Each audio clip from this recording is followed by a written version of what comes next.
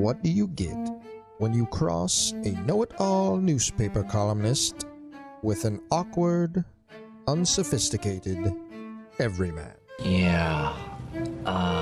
Well, I'm just not sure about that right now.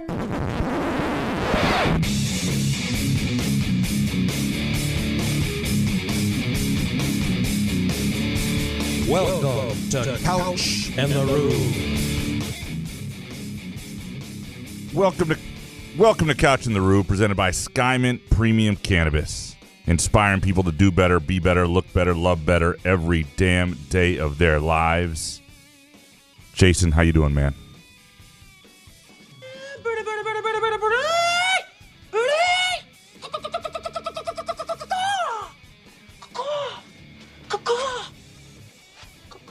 What's up, buddy? Do you like the shirt I'm wearing? It's pretty badass. Caw shirts. Get them while you can.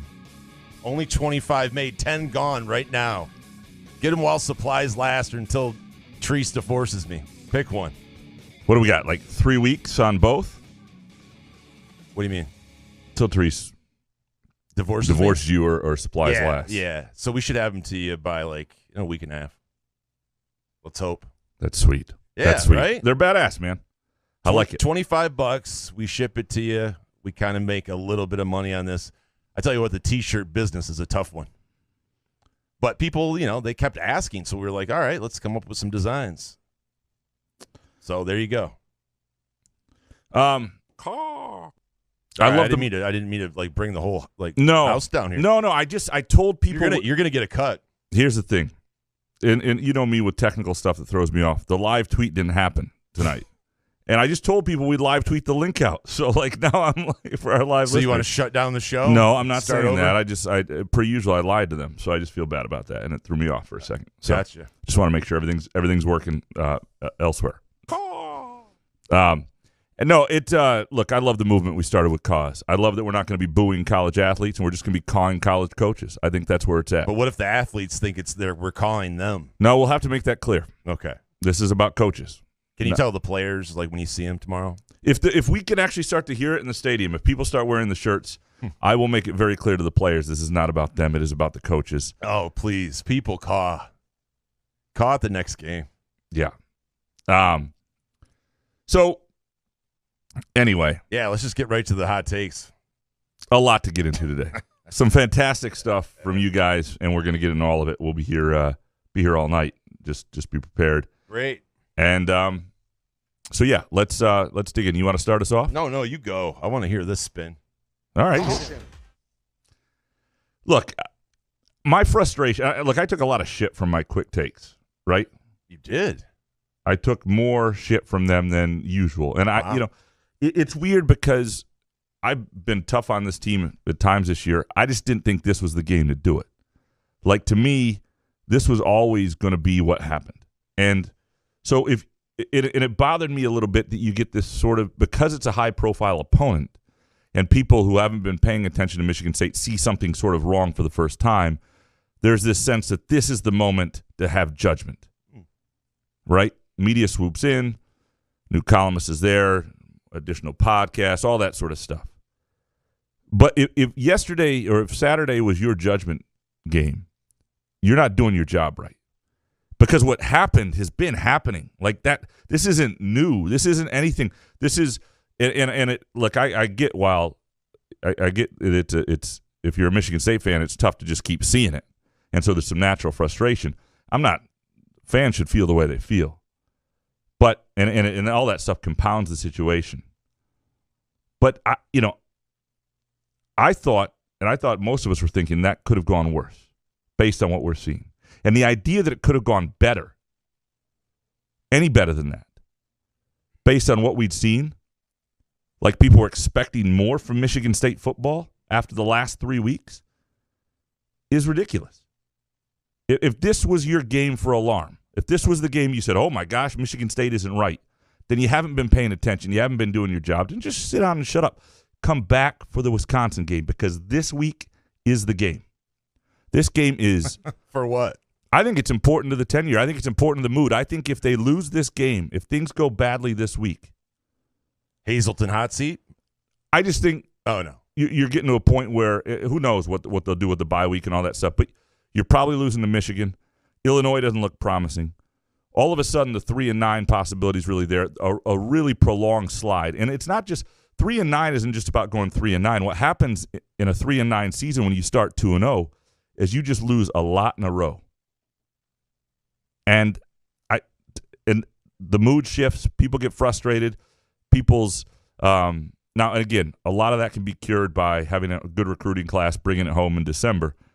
But I was just a little, I'm not somebody who writes about Michigan State once a month or tunes in here and there. It's a constant dialogue with listeners and readers.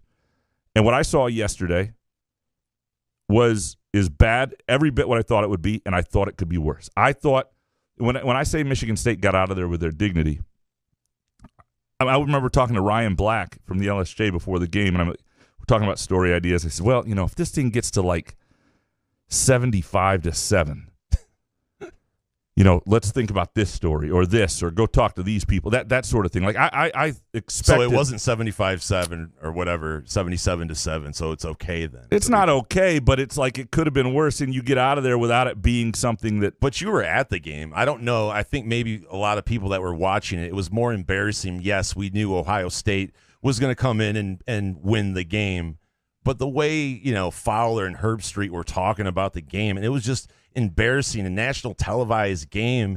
And I think, yes, fans knew what they were getting into with the Ohio State game, but it's just depressing that the season's over and we have excuses after excuses. And I think that's where people are coming from. I don't think you were supposed to take anything away from that game. The pick six by Stroud was you could have run that back, right? Yeah, but that was so easy. And then Jaden Reed making unbelievable catches, bailing Thorne out, and then the junk TD at the end. It should have been worse. Michigan State got gifted those touchdowns. So actually, in actuality, it was worse. But on national TV, it's just embarrassing. It's embarrassing, on Twitter and the national media looking at Michigan State right now, and Tucker with his contract going, what are we doing here? What's going to happen? And you see teams like Rutgers today letting go their offensive coordinator. You see other teams now, Wisconsin getting rid of Paul Chryst, teams that haven't really made moves like this before. So people are going, okay, so if Hazelton's defense gives up 400, I don't give a shit about injuries. If he gives up 450 yards to that fucking offense, I'm sorry, in the bye week, what are you supposed to do? Let him sit there and answer questions before the Michigan game? You got to make a move if you want to be in big-time football. This is look, he knows what's going on internally.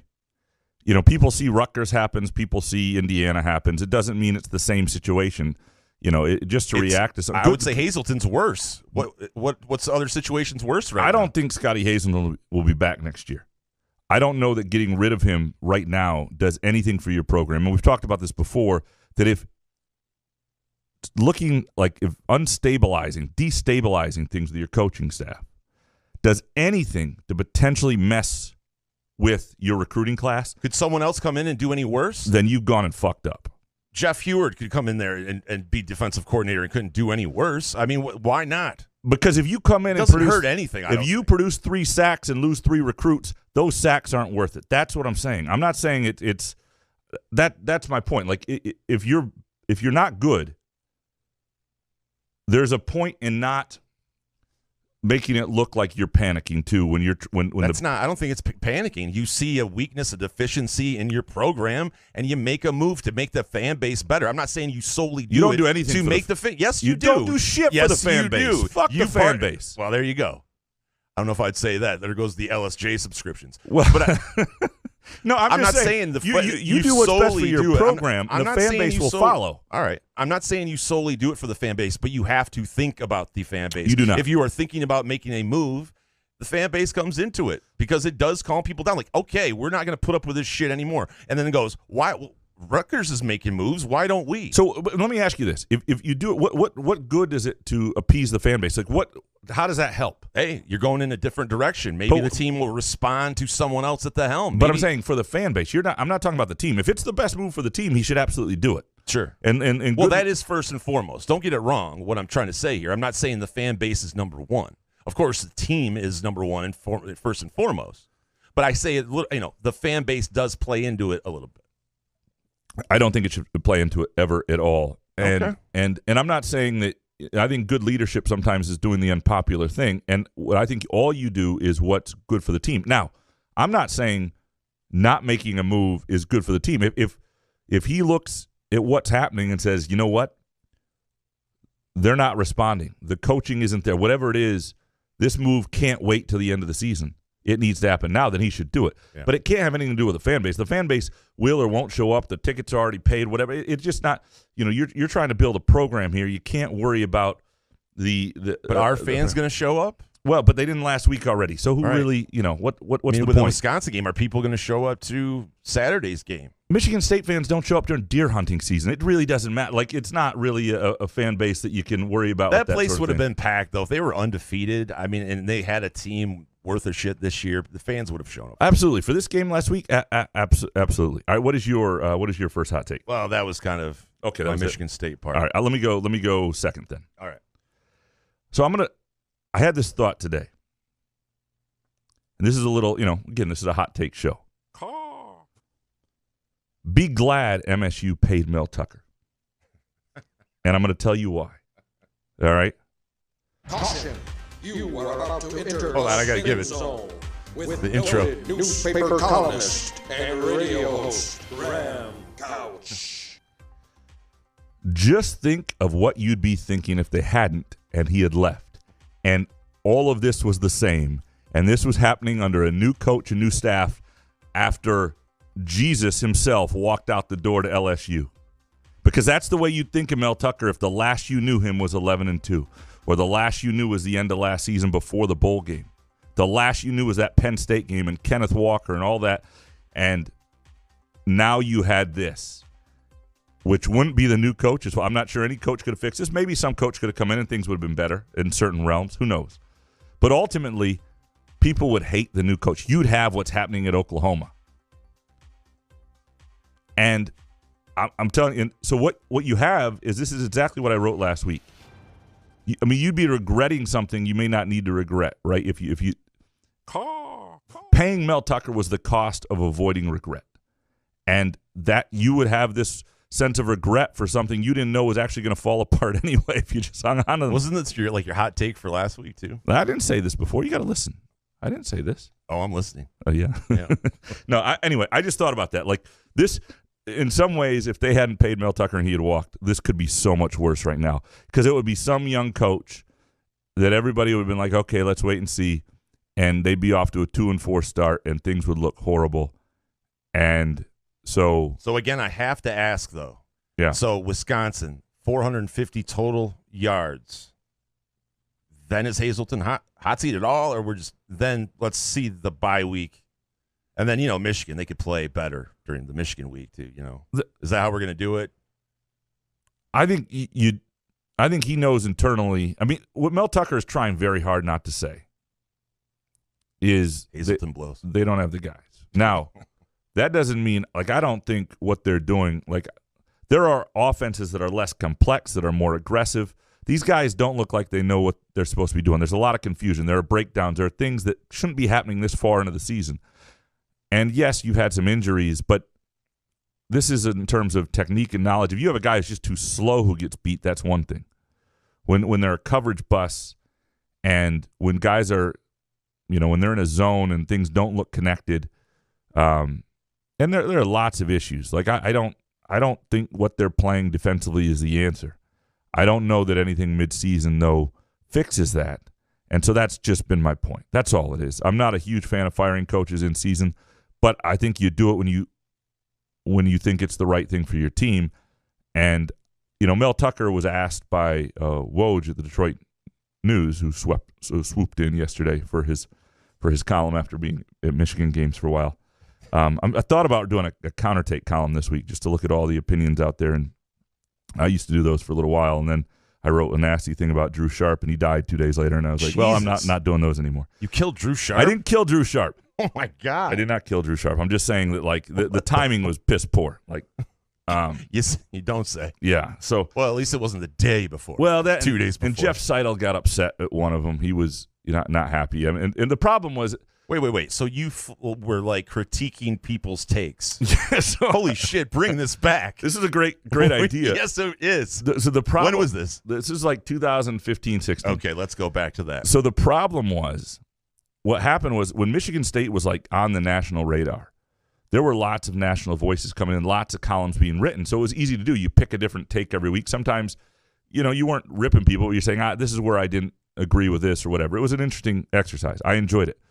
As they got worse, however, then like nobody, it's me. And so like I'd be like Kyle Austin would write something that was a little opinionated for M Live, and I'd just rip him over it. I'd be like, I'd even text him, be like, Kyle, man, I got nobody else this week. I'm going to hit you. And then not like Draymond Green, but just a little soft little poke. And then, it was Jordan Poole was bragging about his pool. But then it was the Free Press was the other place sending most people, which is in our own company. And every Monday I was writing a column, like ripping Free Press columnists. And, Drew Sharp, bless his heart, didn't give a shit. He didn't care. And but he Seidel didn't care because he died 2 days after. Well, but we had talked it out the day before. Seidel, Jeff Seidel didn't love one of the columns, from what I had heard. So, and it just became not worth it. I thought about bringing it back. Call it the Caw. The Caw with Graham Couch. All right, where you swoop in. What's your second hot take? I'm back to being dead inside, Graham. As a Detroit Lions fan, I don't know what to do after today's loss. I mean, the Patriots really didn't do anything well today, and they won 29-0 convincingly. And for all of those Jared Goff supporters, as he was 19 for 35 for 229 and an interception today. You sure that's the guy that you want to lead to the future? I know that he puts up great fantasy stats in certain situations. But I got to say, there's coaching mistakes that are happening. Are you going to get rid of Aaron Glenn? I mean, what else do you need to see in that capacity? You say that you can't really fire a guy. Can you do it in this situation when things aren't working out? I know everything was great on Hard Knocks, but Graham, I just don't know what I'm buying into anymore. I mean, Matt Patricia with Bailey fucking Zappi is calling plays. A guy that was a defensive coordinator who was one of the top 3 maybe worst coaches in Lions history beats the Lions with Bailey Zappi, a third-string quarterback. As a Lions fan, how many more times do I have to get kicked in the balls? Like, I get it. I was buying in at the beginning of the season because I'm an idiot. I'm a Lions fan. I've been a Lions fan my whole life, and I'm going to keep falling for the shit. But I have to say, as of right now, I mean, after this bye week, and I said it on Twitter, I kind of mean it, let's do a couch in the Rube cider mill thing because honestly, I don't want to waste another Sunday at least watching this team anymore. So after the bye week, I think I'm done with this team right now. I had the same conversation. I was with a couple friends on a back deck watching the game today, and guys who have just sort of grown up here and have been doing the same shit since they're 19. I mean, right. Walking out of restaurants with 4,000 extra calories in us going, after another there's loss. Other NFL games. I don't want it to ruin my football Sunday. I still enjoy football Sunday, red zone, and all that shit. I'm not going to make it appointment viewing anymore. So a couple things I want to say what you said. The Bailey Zappi thing, and I've seen a few tweets about, backup quarterback this, backup quarterback that. I'm not sure Mac Jones gets that job back. And I tell you this right now. Let's calm down. I would trade Jared Goff for Bailey Zappi today, without question, because we know Goff's ceiling. We've seen it, and we've seen Goff's floor. What do you mean? Goff's He puts floor. up 300 yards in meaningless games. Goff's floor sucks. Yeah. And we don't know what Bailey Zappi's ceiling is. So just out of potential alone and the unknown and just sort of the excitement of a new guy, I would happily trade for Bailey Zappi today over Jared Goff. The best thing that came out of today was there is no way in hell any sane human being thinks Jared Goff is part of the future of the Detroit Lions after today. On 4th and 9. Then you haven't been on Twitter, Lions Twitter. On 4th and 9, you've got, first of all, a horrible call there to go for it on 4th and 9. Like, I know they just signed a new kicker, but there are only like 30 of these jobs in America. You telling me the kicker can't hit a 51-yarder, then sign a different one. It's an NFL kicker. And then you have just this disastrous play that swings the whole game. And look, it wound up being a blowout anyway, but that definitely was what incited the blowout, that play. And it just, I don't know. He was not good. And it wasn't really even a blowout. I know it's 29-0, but just Detroit didn't have anything. It was a methodical blowout. It was brutal because it just kept coming at you slowly. And that's what we worried about with Dan Campbell, though, with Bill Belichick versus Dan Campbell kind of scenarios. And you have to go up against guys that are that smart to win in the playoffs. And I'm sorry, it's a great story. Dan Campbell is a great guy, grit, all that horseshit. But it's It's not working, and I don't know if it's going to work the rest of the season. And if they win 4 games, I would be surprised. And then what do you do after the season? Does Brad Holmes, here's the real question, does Brad Holmes have the green light to fire Dan Campbell? He ought to, yeah. Well, I don't know that. Yeah. I mean, if you go up and talk to Sheila Hamp Ford, is she going to want to get rid of him because she's in love with him and the Fords are loyal? So that's what scares me too. And here's the thing about the Lions, and we knew they weren't actually going anywhere this year. We hope to be better than this and win 7-8 games. Yeah, but they or something. fought last year, and I don't want to hear any shit. Correct. They should win 8 games at least. What I mean is I am still okay the rest of this season letting Dan Campbell try to grow into the job. But you can't what happened today is brutal. And so you can't have this stuff continue. Now, if they put together a run in November and December, and again, there's buying and fighting, you can see him making better decisions, and you know, because I like their offensive coordinator, and I mean, I think there are some workings that could go okay. They're going to get Jameson Williams back, you know, and you want to blame injuries all you want, but if you watch that game over in England today with the Giants, who barely had a bare bones cast, I know Saquon Barkley. Everybody's got injury. Yeah. I know Saquon Barkley was hurt for a little bit of the game, but played well at the end. But they didn't have anything other than that, and they fought. The lesson of the And beat Green NFL, Bay. which everybody is like down to their 5th string dude by week 8. Right. You got to have the quarterback because it's basically your receivers might be healthy. You might have a couple offensive linemen, and then you're playing with 5th stringers. Like, I don't know why anybody ever drafts a defensive back. He's going to get hurt in week 3. Just sign like 50 scrubs who are all the same level at the defensive back and spend your draft picks on the position. Make sure you have a freaking quarterback. In the NFL, I don't want to hear guys are injured because every team's going through it. Every team loses everybody. The defensive backfields of every team are decimated. You got to have a quarterback to take advantage of it, and the Lions don't have one. And it was insanely frustrating today. Okay, my third hot take. You know how I like to pick on Vegas when they fuck up. Yes. I could not believe, and I'm mad at myself because I was too scared to take it big, too scared to really tweet it out because I thought it's fishy. The Cowboys playing at home in Los Angeles, because keep in mind the Rams have 0 fans. The Cowboys travel; they got fan base. It's a home game, and Vegas doesn't know how to do that line just because it's in LA. That should have been -3 extra for the Cowboys. They're 5.5-point underdogs at the Rams, and they just bullied them. They were the better team, even after what we saw the previous week. I mean, I don't get that, and I won some money. Defense is legit too. I won some money on the money line. I won some money on but not as much as I should have. I should have paid off a mortgage. But I love when Vegas is that wrong, and like we can always say, oh, they build casinos. If the dude who came up with that line was doing a lot more in Vegas, Vegas would be just like a sandbox because that was awful, and I'm mad I didn't take better advantage of it, and I'm mad I didn't give it out to our listeners. I won a little bit, but that was a pretty incredible malfeasance by Vegas. Anyway, what is your third hot take? We have to fix. I know I've done this hot take before, but there's something else attached to it too. Is it Amazon? You're unhappy with Amazon again? Amazon, yeah, that'll be Tuesday or whatever, Thursday. We have to fix these reviews, Graham. These games are, especially in college football. I mean, NFL is getting bad, but in college football, they're taking forever. And also, ABC had an injury analyst. Did you see that? I didn't. Are we going to be two-hand touch football by 2035? I saw at least 3 guys get carried off in an ambulance, and now we have a fucking injury analyst that we had to hear a guy go, yeah, it looks like he's getting carried on the cart there. Yep, they picked him up perfectly. They placed his tailbone underneath the board. I mean, it's like, what are we doing? If you have an injury analyst, you're telling me, how are you going to convince and people and guys that are going down like Tua and hell, even Teddy Bridgewater went down today for the Dolphins. I'm just concerned. When is it going to start to slow down? And people are like, why are we playing this game? Especially when we have an injury analyst. But the replays, holy hell. That is the Someone's problem. got to be up in that booth wiring it down to those guys going, it was a clear interception. It's the replays, it's the stoppages, you know, and endless. And if people who don't like live and die with college football comment to me all the time, people are at the games. It's gotten a lot worse, I think, for people who are at the games. And people always say, oh, they got to make the game shorter. I don't want less action. I don't need you running the clock anymore. I need less of that little red dude out there, right. You know, and more football coming out there with another commercial. And how are you not creative? Like, I don't know what generation is still in charge of television, but it's time for the generation that knows how to do the wraparound on the screen that's, you know, sponsored by Heineken or whatever it is. Like I you know, freaking Skymint would come out here and be like, hey, the fourth quarter is presented commercial free by Skymint. And they'd pay a boatload for it. And you know what we'd all do? We'd appreciate Skymint for not taking us to commercial or not taking us is presented with limited commercial interruption by Skymint.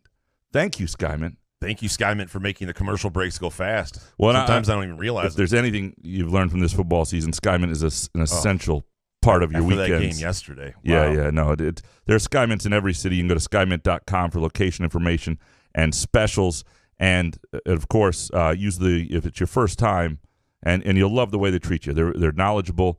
If you have questions about pain management, just, what you're looking for, energy, relaxing, sleep, they'll help you out. You can use the Couch and the Rube promo code, Couch and Rube 20. Couch and Rube 20 for 20% off your first time there. Very, very clean in there. Very clean as you always say. Will you dig it? Let's dig into these listener hot takes. Yes, Eric Schultz up first. Number one, even though Ohio State torched us, there were more promising moments on D this week than in previous weeks. Ohio State has NFL talent across the board. We don't. 2, that said, the defensive scheme is still awful, and the offensive play calling should still be questioned mightily.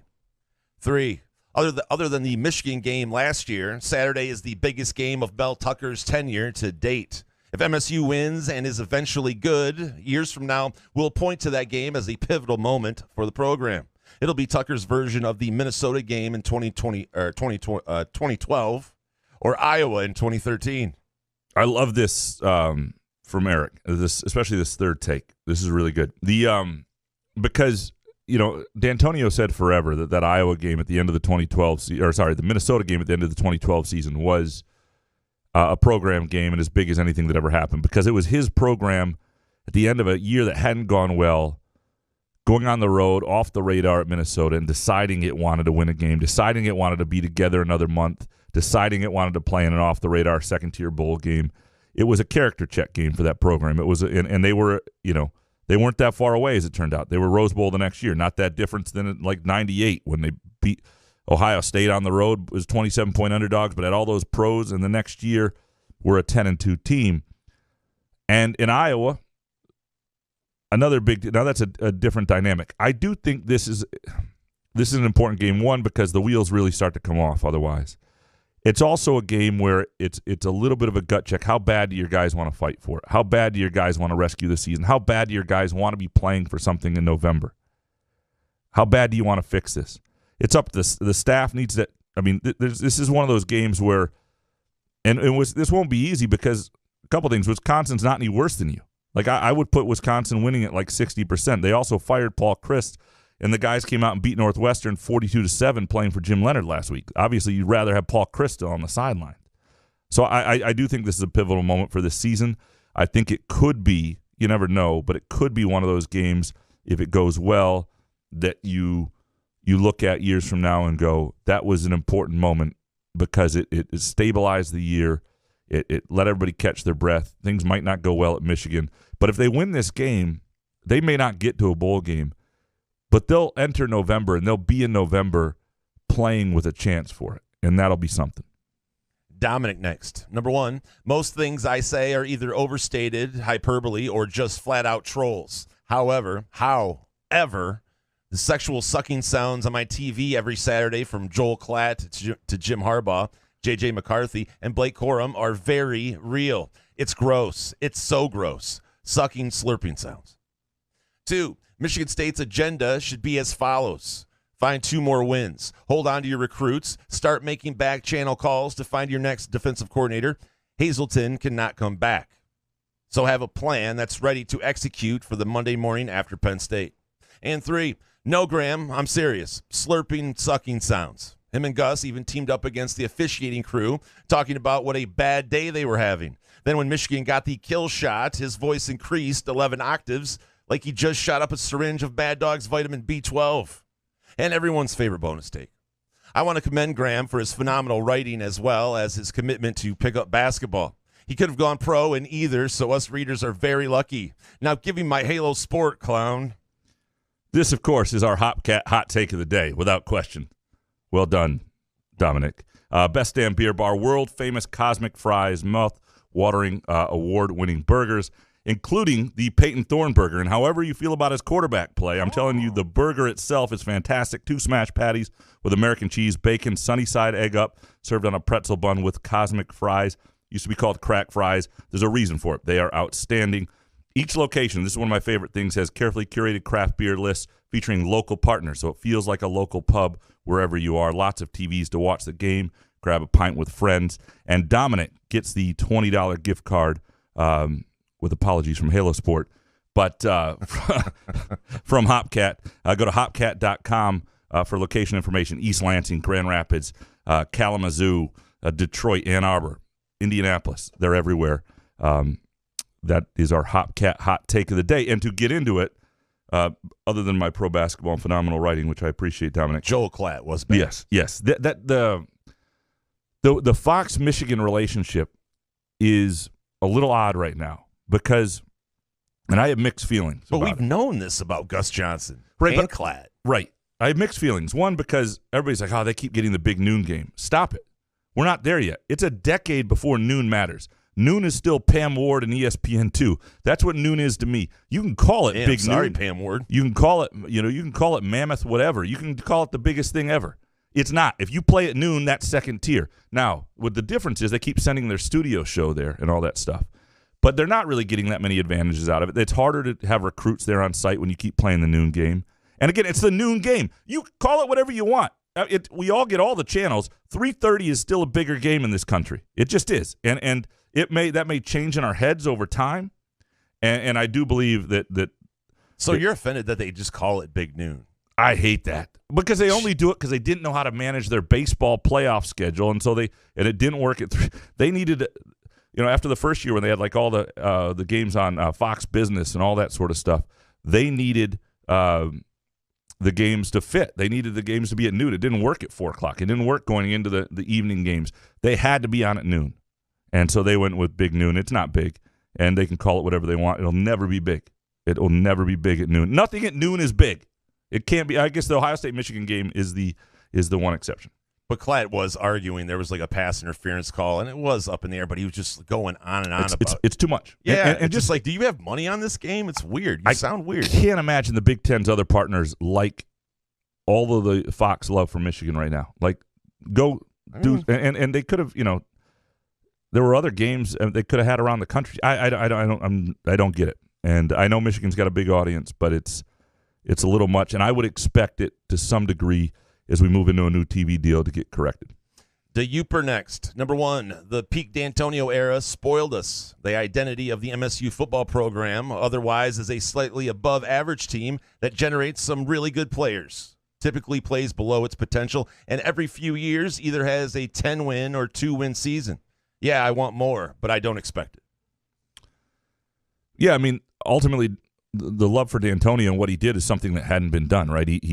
MSU started winning the games they were supposed to win instead of upsetting people and losing games they shouldn't. He won games after they played Michigan and Ohio State instead of having a letdown, and he beat Michigan and Ohio State. Like it was very un-Michigan State light, the best of the D'Antonio era.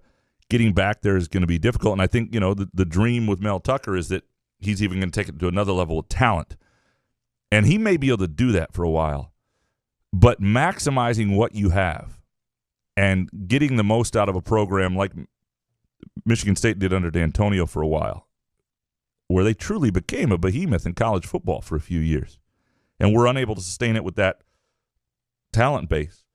But that's going to be hard to do, and I think that was one of the things that excited people about Tucker last year, and they've lost the zest and excitement about, is that last year they maximized who they were. There was so much competence on the field beyond the hopes of recruiting, and that's been lost a little bit. And that's not nothing. Like, they can get a great class again. Next year is going to be fascinating because they're going to be worse from a talent perspective, I think, next year on the field. And I think their offensive line is going to be worse. They may be a little better in the defensive sector. There may be areas they're better, but I think overall there's a chance they're worse or not any better. And they've got to figure out a way not to go, if they go 4-8 this year, not to throw another 4-8 up on the board. They've got to find a way to show some improvement on the field. Jonathan B. next. Number 1, the bits you guys do on the show are not the same thing as national announcers talking about Thorne and Reed or any other played-out topic. You guys have built a community, and the inside jokes are a part of it. Keep it up, and of course, caw. Appreciate you guys. This was Dan. Fine. Oh. Caw, By the instead of boo, boo, caw. That was damn near the hot take of the day. Yeah. Appreciate you, Jonathan. Matt Boone next. Number 1, Noah Kim will fucking start on Saturday or we riot. 2, even when MSU has little depth at positions, we seem unable to play the right players. Elijah Collins needs more snaps. And 3, watching MSU is not fun. I literally had no excitement even when we intercepted the ball for a touchdown. I looked over and told people, who cares? They will score in the next drive. I think the most deflating moment of the game is Michigan State gets a stop on 3rd and 1, something like that, 3rd and 2, short, 3rd and short. Type of thing they haven't done a lot this year. Good moment. Early in the game, Ohio State's on their own 42-yard line. And Ohio State has so little fear of Michigan State that they just line up and go for it, and 2 plays later, they're in the end zone. It's like you did what you're supposed to do, and that's what I mean by Ohio State is just different. First of all, they play offense at a different level. They've got NFL receivers. They've got the number 1 pick at quarterback. Michigan State doesn't have those guys. But the other thing is, against everybody else in the Big Ten, when you come up with a 3rd and 1 stop at their own 42-yard line, you've done your job. Against Ohio State, you're still fucked. Yeah. Ken Chu up next. It's hard to tell, but MSU is getting better, and Jacob Slade and Xavier Henderson are on their way back. Better times on the horizon. Yeah, we'll see how quickly Henderson gets back. He dressed, it was on the sidelines a week earlier. I think that's been a huge problem for them, and obviously they didn't have the depth to withstand it. Slade, two big injuries, and wait, MSU's getting better? Well, they'll get healthier. Oh. We'll see if they actually get better. Oh. But if they're healthier, if they have Slade and Henderson back in November against that group of teams, that could make a difference, no doubt. All right, I see a typo here. I don't know. Mark Gamache. I think it's Elijah Collins. Elijah Collins only getting 1 carry. I feel like I'm taking crazy pills. Yeah, I didn't understand why he wasn't a bigger part of things. I know they didn't run a lot of guys. I thought he had 2 carries, but then it's okay then. Well, no, they needed to force the run. It's so hard to force the run when you fall behind like that. It's a harder thing to do when you're not in the game. And they had a couple moments, like Collins had that great run. It was like 5 yards on 3rd and 4, and they got a push, and he looked good. Yeah, I mean, they've got to, and look, again, Ohio State is the game that's just different from all the others, right? And so, but this week, Elijah Collins, to me, deserves, what do we say, 10 carries minimum? Oh, yeah. And that ought to be the minimum against Wisconsin. Sports Guy 1919 next. It's every sport, but more so in the NFL. Referees influence the game so much. Not saying it had any influence in the Lions game today, but there are just some garbage calls. Seems way fewer in college ball. Boy, there have been some bad college. No, but the Lions, though, that's the thing, is like as a Lions fan, it's deflating because even if they play well, there's these calls that you never see in any other game, or 4th and a half yard, and they didn't get that.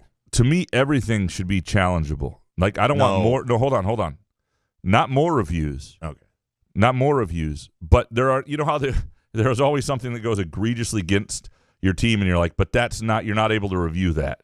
Like, to me, the judgment calls that affect the game all have to be reviewable. And if it's in soccer, for example, and the game does not get slowed down, still the game is inside of 2 hours. Things that are important that can impact scoring plays that are, and granted, there are only a couple scoring plays a game, but what I mean is, fouls that may result in a red card and a guy being kicked out of the game, or, penalty kicks, or, they can look at that stuff. They have that. But can't they have like a common sense booth upstairs where there's just 2 guys watching the game and going, okay, call down there. This is obviously wrong. Yeah. No, why not? I don't get it. Nick Palmer next. Number 1, a loss to Wisconsin would be DEFCON 1. 2, Chuck Brantley is a stud. And 3, playoff baseball hits different. I've been into playoff baseball a little bit. I enjoyed watching seeing the highlights and the end of that. The Blue Jays, or the Mariners went over the Blue Jays. That was pretty cool. And the Indians walk off too, but the Cardinals out of the playoffs. That's a bummer. But yeah, I agree. I love postseason baseball. Yeah. Chuck Brantley, I do think is a player that is a sophomore, and he's not the biggest cat, but he's got that hit on Travion Henderson, knocks him out of the game. He had the pick six. He got beat on that one touchdown, but he's right there. I think he's a pretty good player, and I think when you talk about having a secondary that can hang in there, like I think he's a guy. I don't know if he's a shutdown corner, but he can be a starter on a really good Big Ten team. They just need somebody who's a little bit better than him, more of him, and he plays with an edge. There are a lot of things he does pretty well. I'm curious, like they lose to Wisconsin, it's going to get dark, and you're not wrong, Nick. Lakeside 2000 next. Number one, MSU fans aren't looking for competitive balance with Ohio State, although we would settle for it over the current reality. We aspire to loftier goals no matter how far away. We want to dominate. Appreciate the perspective, but dominating the Michigan rivalry isn't enough. Right, that's the dream. You're paying for the dream. You're paying to avoid regret. You're paying for all that hope. That's the dream. And Ohio State is, at this point every year, a reminder of just how far away from it you are. Pat Caverly next. Number one, fading Sparty has become profitable. I feel dirty, but the cash is nice. 2, Thorne gets knocked out of the Michigan game, and Illinois ends Noah Kim's season, thanks to our O-line. And 3, Fox's Big Noon suffers separation anxiety on Michigan's bye week. All hosts take the weekend off for therapy. See, like everybody sees what goes on with that. Do we have Fox? Do we have the line yet? Give me some Hoff real quick, actually. Let me just get the line on there.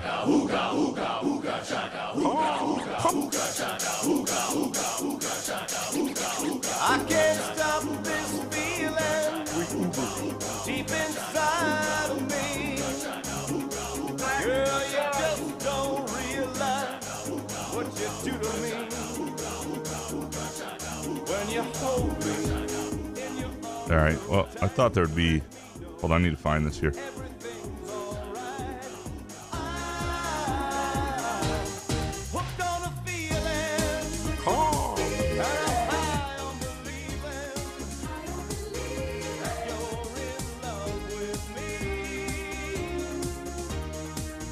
Whenever you're ready. I'm sorry. How does nobody have the line out for next week yet? I mean, okay, hold on. Let me just. Jesus. This is ridiculous. Well, Michigan State. I think it's some Lats here in a second. We'll get it on. We'll get it on the that first break we take. I'm going to get annoyed here.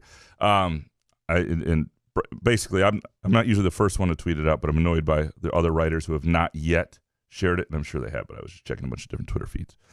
But that's an ass effort by the Michigan State beat, by the way.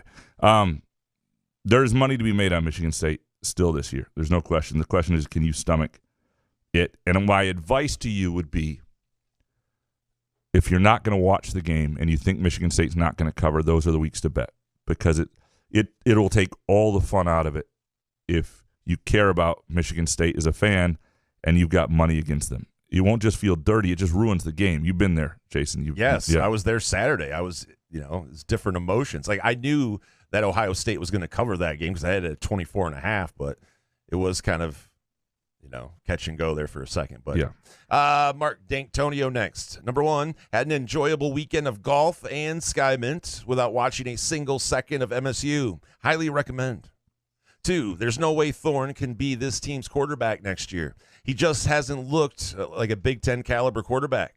Kenneth Walker took a lot of pressure off of him last year. We took the bait. And 3, getting shut out by a team with Matt Patricia as offensive coordinator might be rock bottom for the Lions. 0-16 is the only other thing that compares.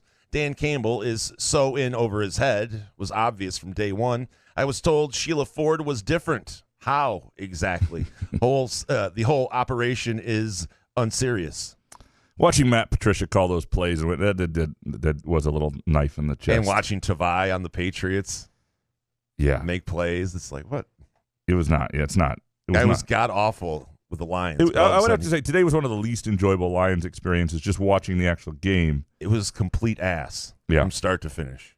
No, I love Belichick, but, man.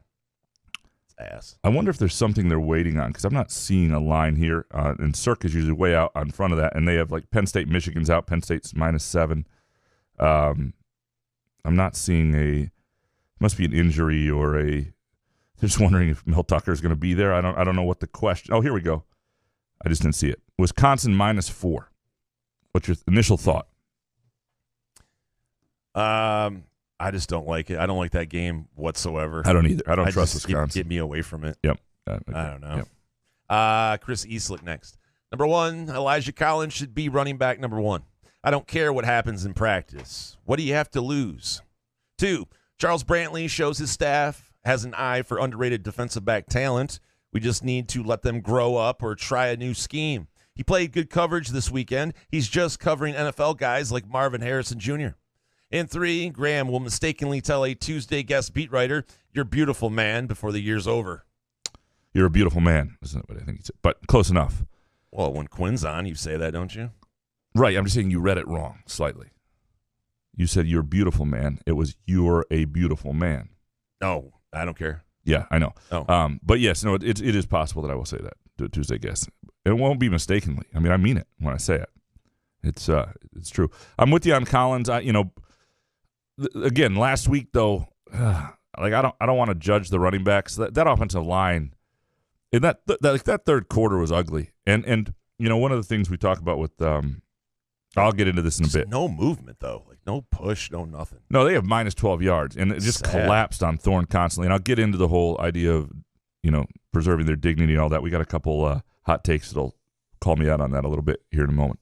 Alex James next. Number 1, if Michigan State was truly a football school, it would inform Hazleton Monday morning his services are no longer required.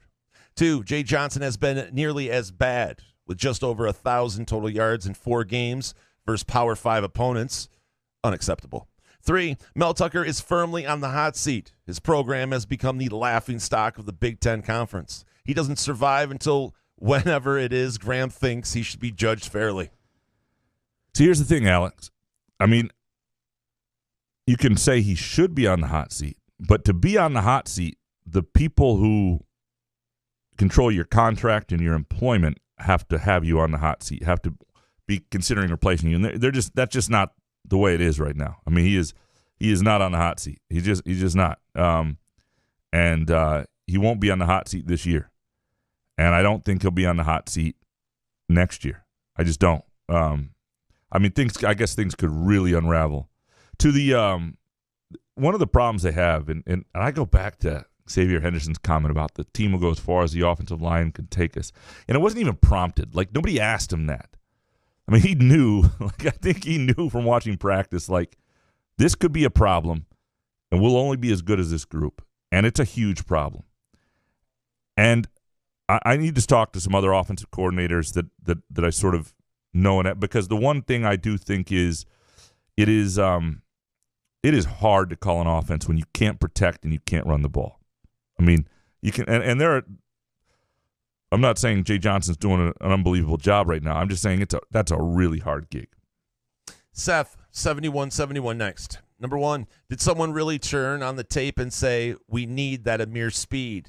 I'm looking at you, Mel. He couldn't cover someone in a phone booth. 2, the Draymond Green punch was a low point for his career in a year where he is a free agent. How silly. Aren't you supposed to be a veteran and a leader? And 3, the Lions' goal for the rest of the year is to be in a position to draft Will Anderson or C.J. Stroud. Yeah, Will Anderson get hurt in week 2. That's what happens to guys. But C.J. Stroud, the quarterback you want, and no doubt, to me, Stroud would be fantastic.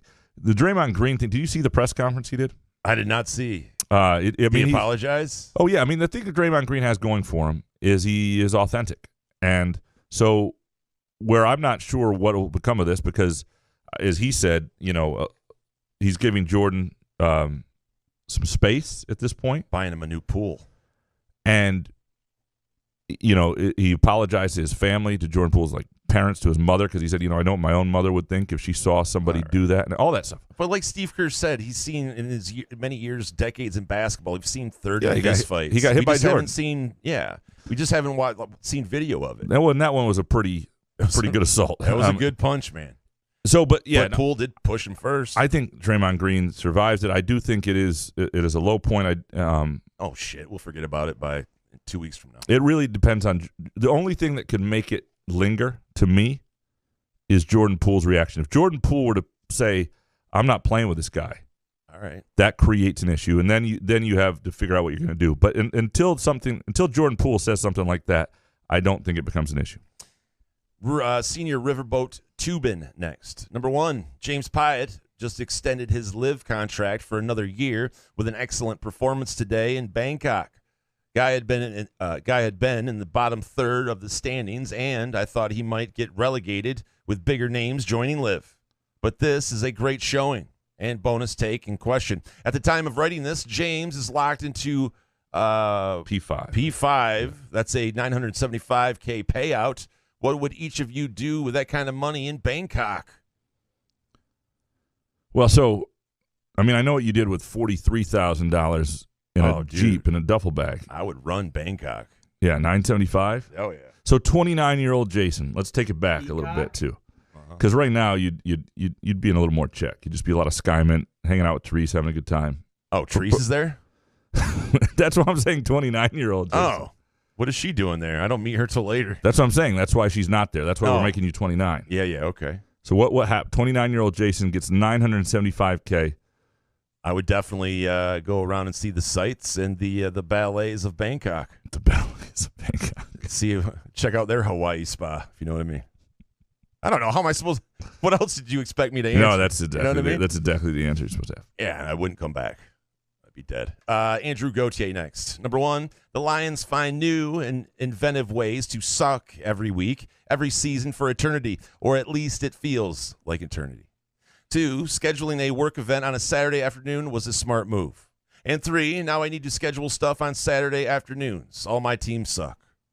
On Sunday afternoons. Sunday, that too. Saturday and Sunday. Yeah, it sucks if you're an MSU and Lions fan. Like, if you're a Michigan and Lions fan, you at least have the Saturday. If you're a Lions fan, just watch Red Zone and gamble on other games.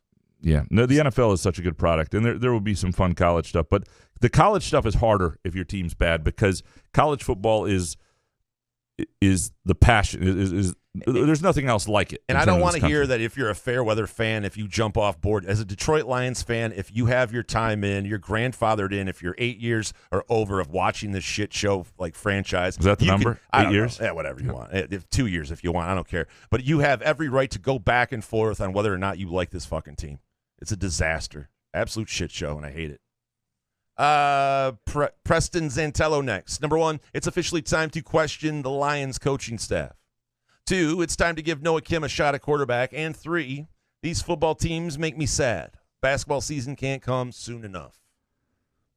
Yeah, on the Noah Kim thing, like, Noah Kim is showing some real flashes. Now, his first couple drives didn't go that well against Ohio State, but he did have the touchdown again. And when he's come in, he's been productive, and it's been mostly at garbage time. And you do have to wonder, does he provide something that you're not getting from Peyton Thorne? I just think – I also think that Peyton Thorne has not been the issue. And I continue – like, if you watch that pocket collapse in the third quarter on Peyton Thorne, like, I don't know anybody who's doing well with that. And maybe there should be more quick throws or other things. And again, I'm not saying – But you don't think he's underthrowing balls at all? Or I'm not saying Peyton Thorne's had a great year. I'm not saying he's the answer. And I'm not saying that Noah Kim couldn't be better.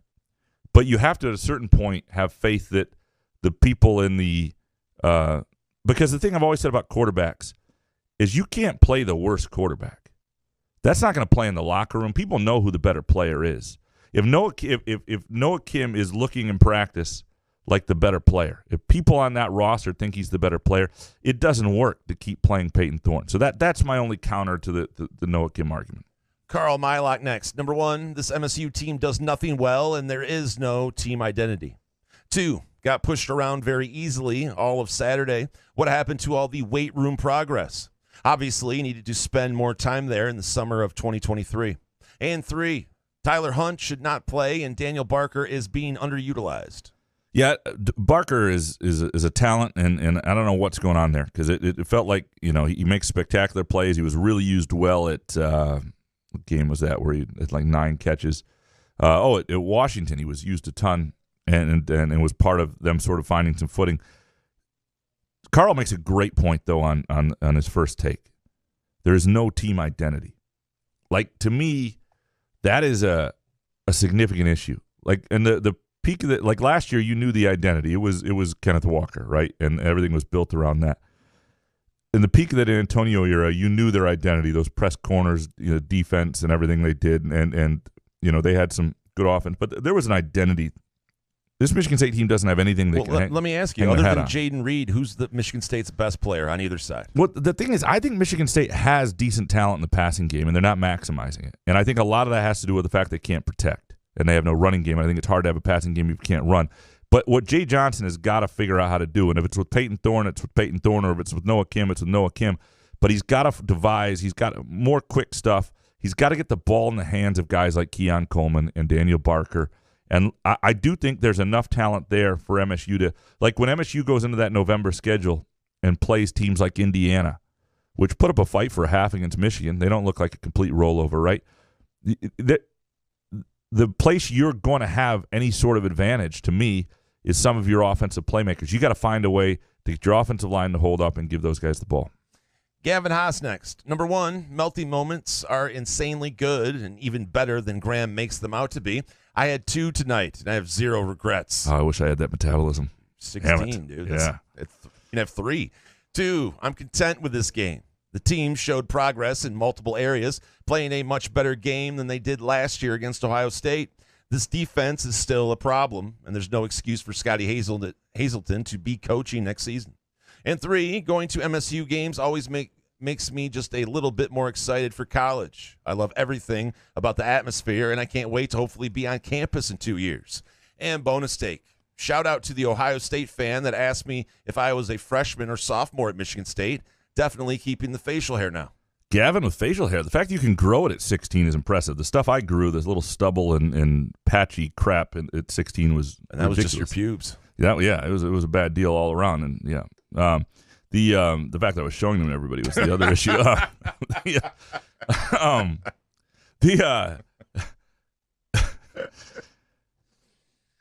Look, there were things that were better, and I think for a half at least, there were things where I think Jaden Reed being healthy, you just see the difference that can make because he's a guy that can play in any game at any level, and how that helps Peyton Thorne. And man, Gavin, go to a university, go to Michigan State. It's one of my biggest regrets. Not that I had, the mental acuity. Is that the right word? Anyway, I was dumb and I couldn't get into a university. So enjoy college. Looks like so much fun, and I'm jealous. Do college. And the other thing I would tell everybody is do a freshman dorm. Now, most places require it now. I think Michigan State, freshman and sophomore. Why not? Do the whole experience. Yeah, you create so many friendships. Like, do the dorm. And, man, I wish I was 16. That would be awesome. Mike DeShelter next. Number 1, Peyton Thorne will be a grad transfer quarterback at Western next fall. Time to move on for both parties. 2, half of the coaching staff will be let go. And 3, our tight ends probably lead the country in drops. So here's the little hitch in the Peyton Thorne to Western idea. I'm not sure the staff at Western is necessarily going to survive this season. Because, and like this is his first year there and whatever. But Tim Lester, who I know and like and thinks a pretty good coach, they just got run by Eastern Michigan last week in Waldo Stadium in Kalamazoo. People are not happy. Those are the games you can't lose like that. It's at Michigan State, you can't let Michigan embarrass you too often, right? You can't lose to the Gophers a certain way, whatever. There's certain things, but Eastern and Western, you can't let those teams embarrass you, and that was not a great outing. I don't know what will happen with Peyton Thorne ultimately. If you told me anything next year, it would not surprise me that he wasn't there, that he got passed by somebody who went to play with his dad, and that would probably a better chance to win there, frankly, for what MSU is going to be. If you told me he was the starting quarterback at Michigan State and wound up having a decent year, I could believe that too. I really this is an important week for Peyton Thorne. Because when you look at Wisconsin and what they do well, they have not rushed the passer very well. They have they have created some turnovers and interceptions, which he's going to have to be careful. This is not a game that should get away from Michigan State. Michigan State should be able to do some things on offense. They should have some, and Peyton Thorne's going to have to play well. The coaches are going to have to, I think this is a game where the best coaching staff and the best quarterbacks win. And so we're going to see that from Peyton Thorne this week. I think it's a monumental game. We're going to take a quick break here. We come back, plenty more of your hot takes. Couch in the Rube, presented by Skymint Premium Cannabis. Hopcat exists at the intersection of great beer and delicious food, complemented by music, art, community, and comfort. Home to a best-in-class beer experience served by craft beer experts. Guests can expect a casual, inviting local gathering place with some of the best damn burgers and fries you'll find in Michigan. Hopcat is proud to be an official sponsor of Peyton Thorne. Show your Spartan pride by ordering the iconic Peyton Thorne burger, created by the man himself. There is no better place to watch any Michigan State game other than the 50-yard line at Spartan Stadium. Stop by any of our locations: East Lansing, Detroit, Grand Rapids, Ann Arbor, Kalamazoo, and Holland. To plan your next trip to Hopcat, visit hopcat.com. Firekeepers Online Casino and Sportsbook is the site to play. Get your Vegas on right now from your phone, tablet, or laptop. All the hottest slots and tables, plus sports betting featuring in-game wagering. Download the app at firekeeperscasino.com. Go with the name you know. Firekeepers. Terms and conditions apply. Must be 21 or older and located in Michigan. Gambling problem? Call the Michigan Problem Gambling Helpline at 1-800-270-7117.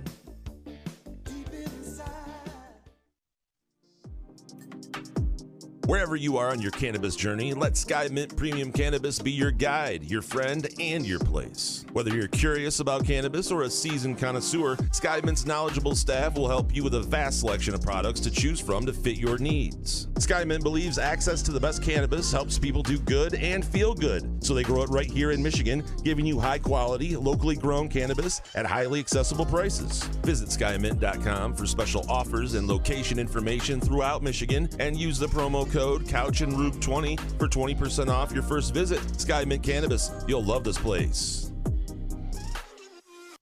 Come enjoy irresistible, award-winning, handcrafted donuts and locally roasted coffee at Groovy Donuts. Surprise your family or coworkers with special holiday designs and flavors, or put the perfect finishing touch on an event with a custom order.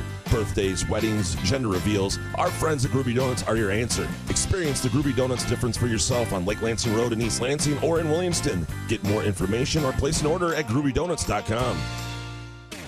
Find Couch in the Rube podcasts on Spreaker, iTunes, iHeartRadio, Spotify, YouTube, Facebook, Google Podcasts, CastBox, and the Rube's favorite podcast addict.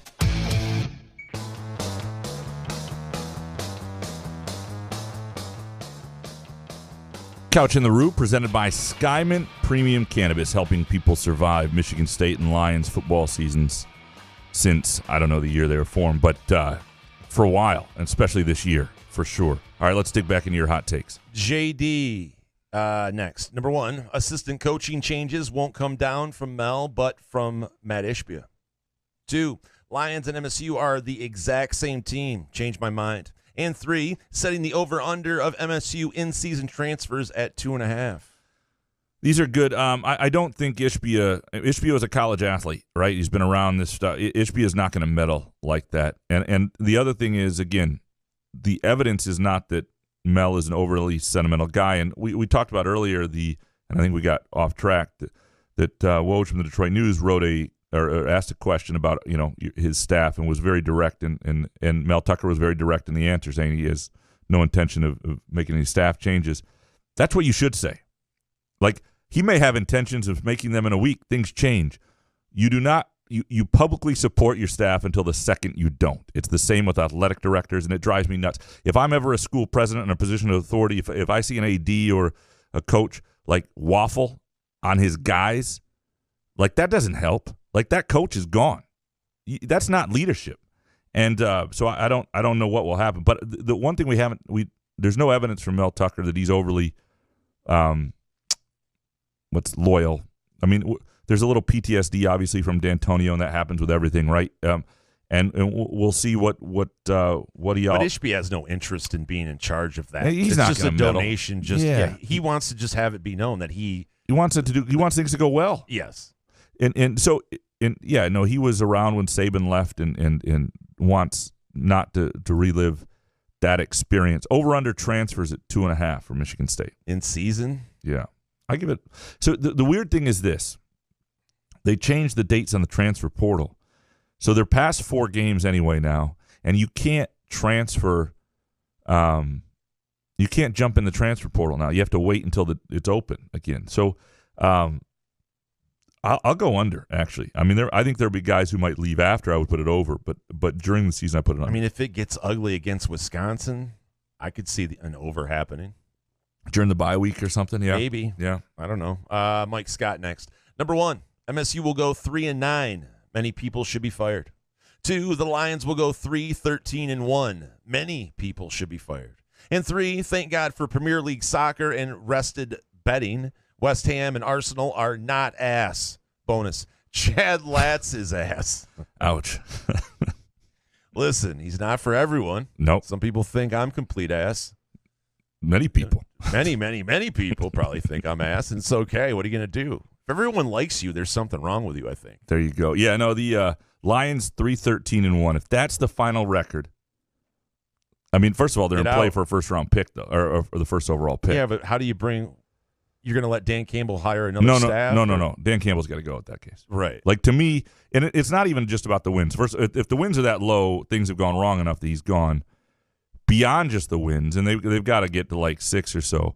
But you'll know, it's one of those, when you see it, things, you know what I mean? Like, we'll watch games and we'll be like, that was actually seemed pretty well coached. Those were good decisions. He didn't screw this one up. Like, if he's making progress and they're winning games later in the season, then there's a conversation to be had. But the way it looked right now, there's just no conversation even, to me. Fart soup next. Number 1, Hazleton is less to blame than lack of football IQ for some of our players. The defense looked lost. 2, this mess is 90% D'Antonio's fault. And 3, I'm an idiot for having watched the full game. I mean, I watched it. Yeah, you wanted to see if Ohio State was going to blow the cover. I was paid to be there, but I watched it. They pay you for that? Sometimes. I ask him if, every once in a while they cut me a little bit. It's all under the table. But the 90% D'Antonio's fault. It's a little heavy. Yeah, I mean, there is D'Antonio to blame elements of this. Certainly the timing of when he left. Like, if he leaves in right after the season, Mel Tucker gets, the pandemic is not D'Antonio's fault. Like, so the second class that really got taken away from Mel Tucker from really being able to go after is not D'Antonio's fault. The first one is, because he left later than most coaches. But wouldn't you do. say the pandemic kind of helped Tucker with kind of the social media thing that he had going on, instead of having to go to kids' houses, he get on Zoom calls? And you could argue that, and ultimately, if it gives him more time and people are able to preach patience, you could argue it won't hurt that much overall. I think you'll feel it a little bit in next year's roster. I don't think that the pandemic really helped him. It definitely halted some momentum from the onset. Kevin from Rochester Hills. Number 1, MSU has better talent than Ohio State, and the refs cost State the game. That's a hot take. 2, Bailey Zappi is the best quarterback in the NFL and future Hall of Famer. These are too hot here.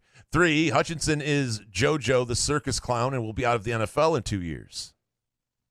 He didn't have a great day today, that's for sure. Nobody did on the Lions. There was one spin move he had that was like, he just spun back into the dude. I mean, what was he? He looked like he was around the guy. Yeah, he's a rookie. I know. Give him some time. I'm not. Yeah, what do you say? He's the Fire least. him too. He's the least of their problems. Right. He's got to bulk up in the offseason, though. G.E. Miller next. My hot takes are passive-aggressive questions. I'm hoping coaches are asked during pressers. Number 1, is the busted coverage talent coaching or schematics?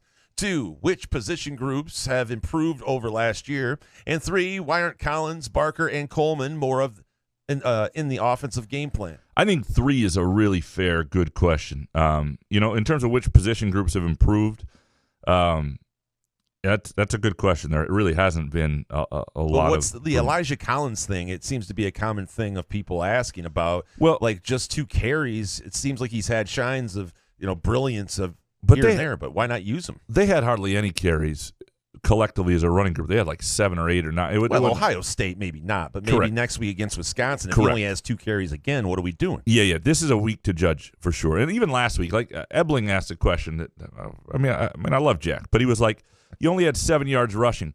No, they didn't. They had like 29. Like, I understand they had 7 technically, but don't count the sacks when you're asking the question, because that just makes loves numbers. Yeah, like that's not real rushing yardage. I mean, I understand in football for some stupid reason it is, but that's not real rushing yards. But I think Collins, Barker, and Coleman are weapons, are legitimate weapons who can help you in a lot of games, and I don't know why they have not been a bigger part of and the answer to is it talent, coaching, or scheme? I think there's elements of all of it that's fair to criticize at this point.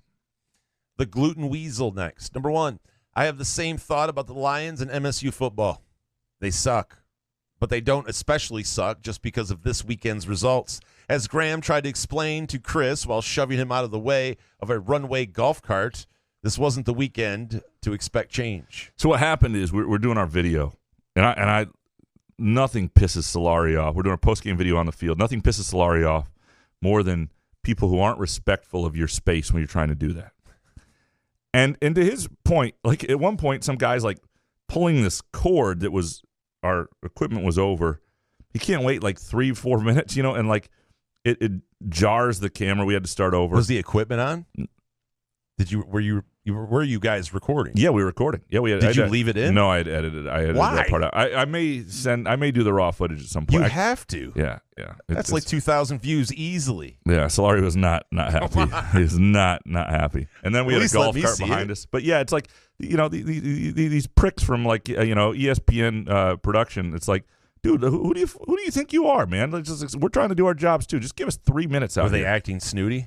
No, but they just act like they don't have any time for it. It's like, all right. Well, they don't. I mean, just two oafs standing in front of a camera, just waxing poetic about an ass kicking. Get out of the way. I'm trying to wrap my cord. Fair enough. 2 assholes. Spartan 18770. Number 1, Spartan Nation isn't ready to be a Tier 1 fan base. Just like we weren't ready in 2014 and 15. Yesterday's crowd turnout was ass. Don't bitch about the program if you're not willing to even show up. 2, pray for all those men across the country who are forced to go to apple orchards during the football season. And 3, if politicians really want to make this country better, make it a law that during football season, the work week is Tuesday to Friday.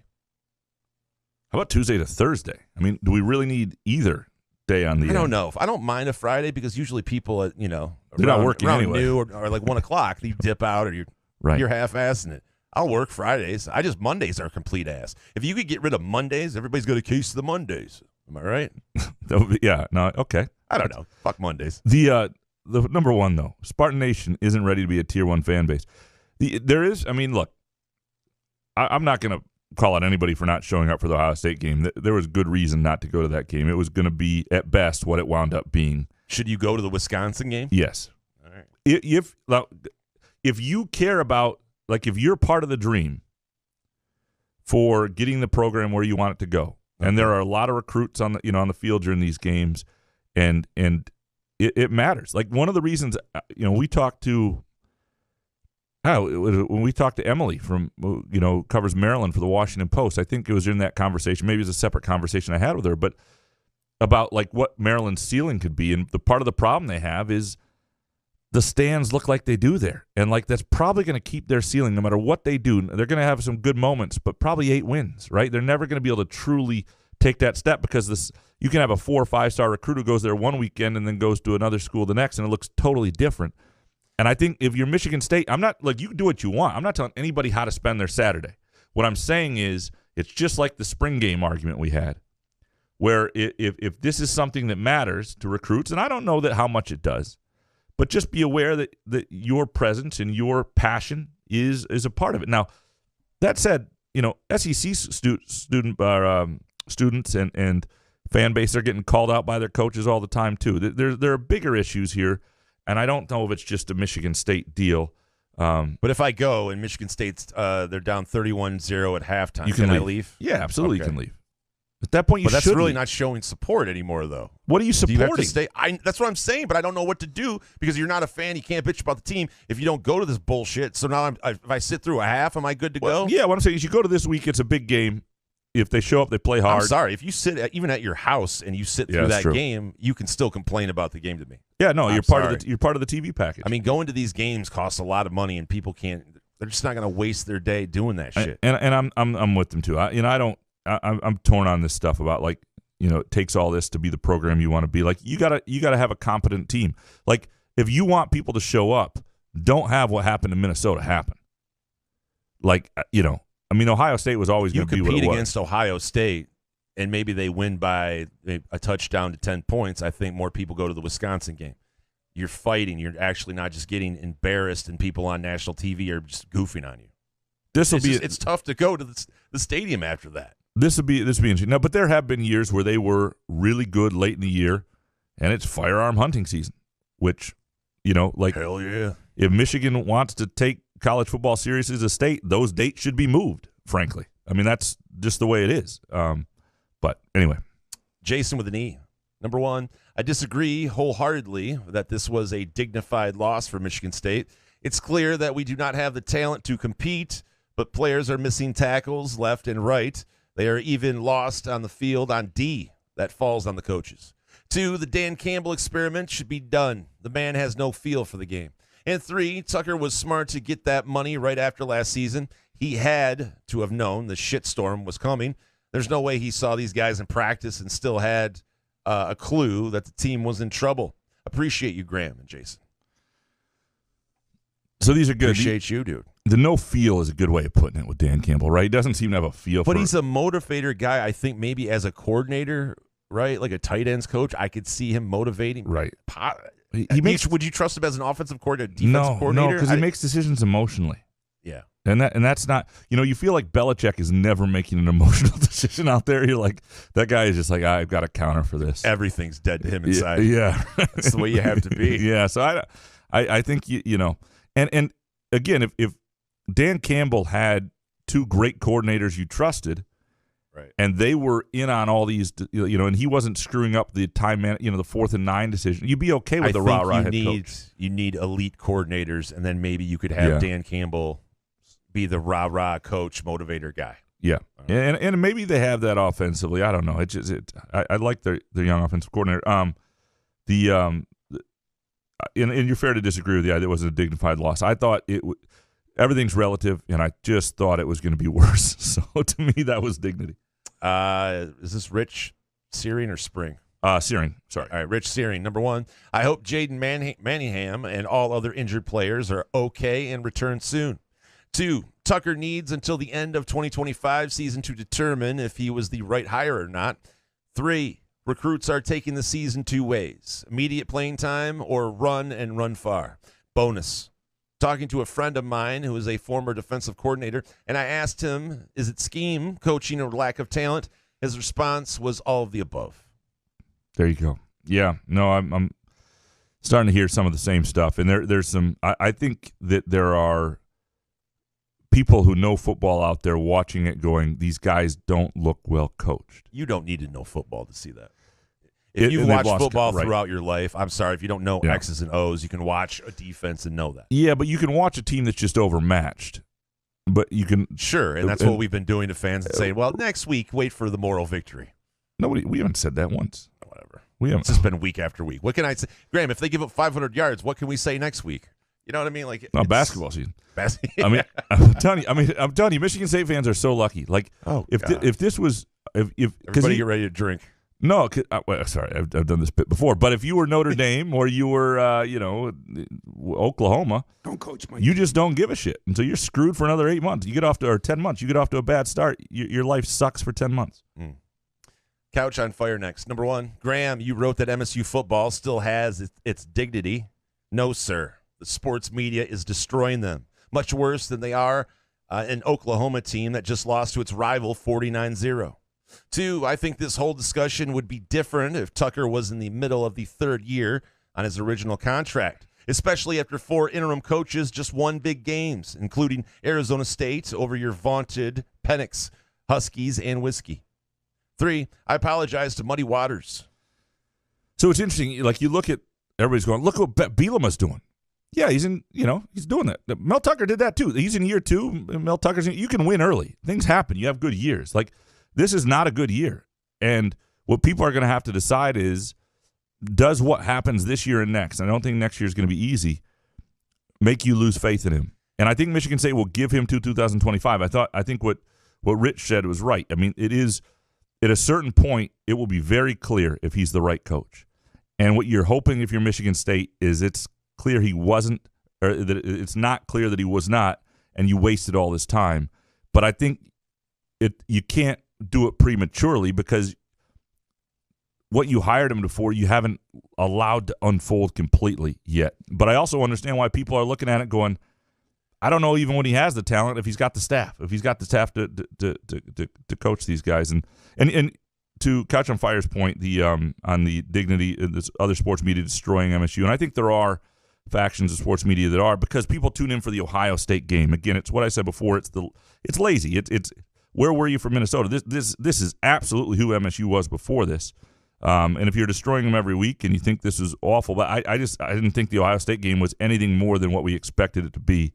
I saw a lot of people get mad at Solari and Sharps for tweeting out all of the stats and what were they mad about? Stuff. I don't know. That's what I heard from a couple of people that they were sick of Solari and being negative or Sharp. No, they took it as negative because those guys kept tweeting out about how different, Well, their job is in stats to say what is, not to cheerlead the team. There are plenty of people on Twitter to do that for them.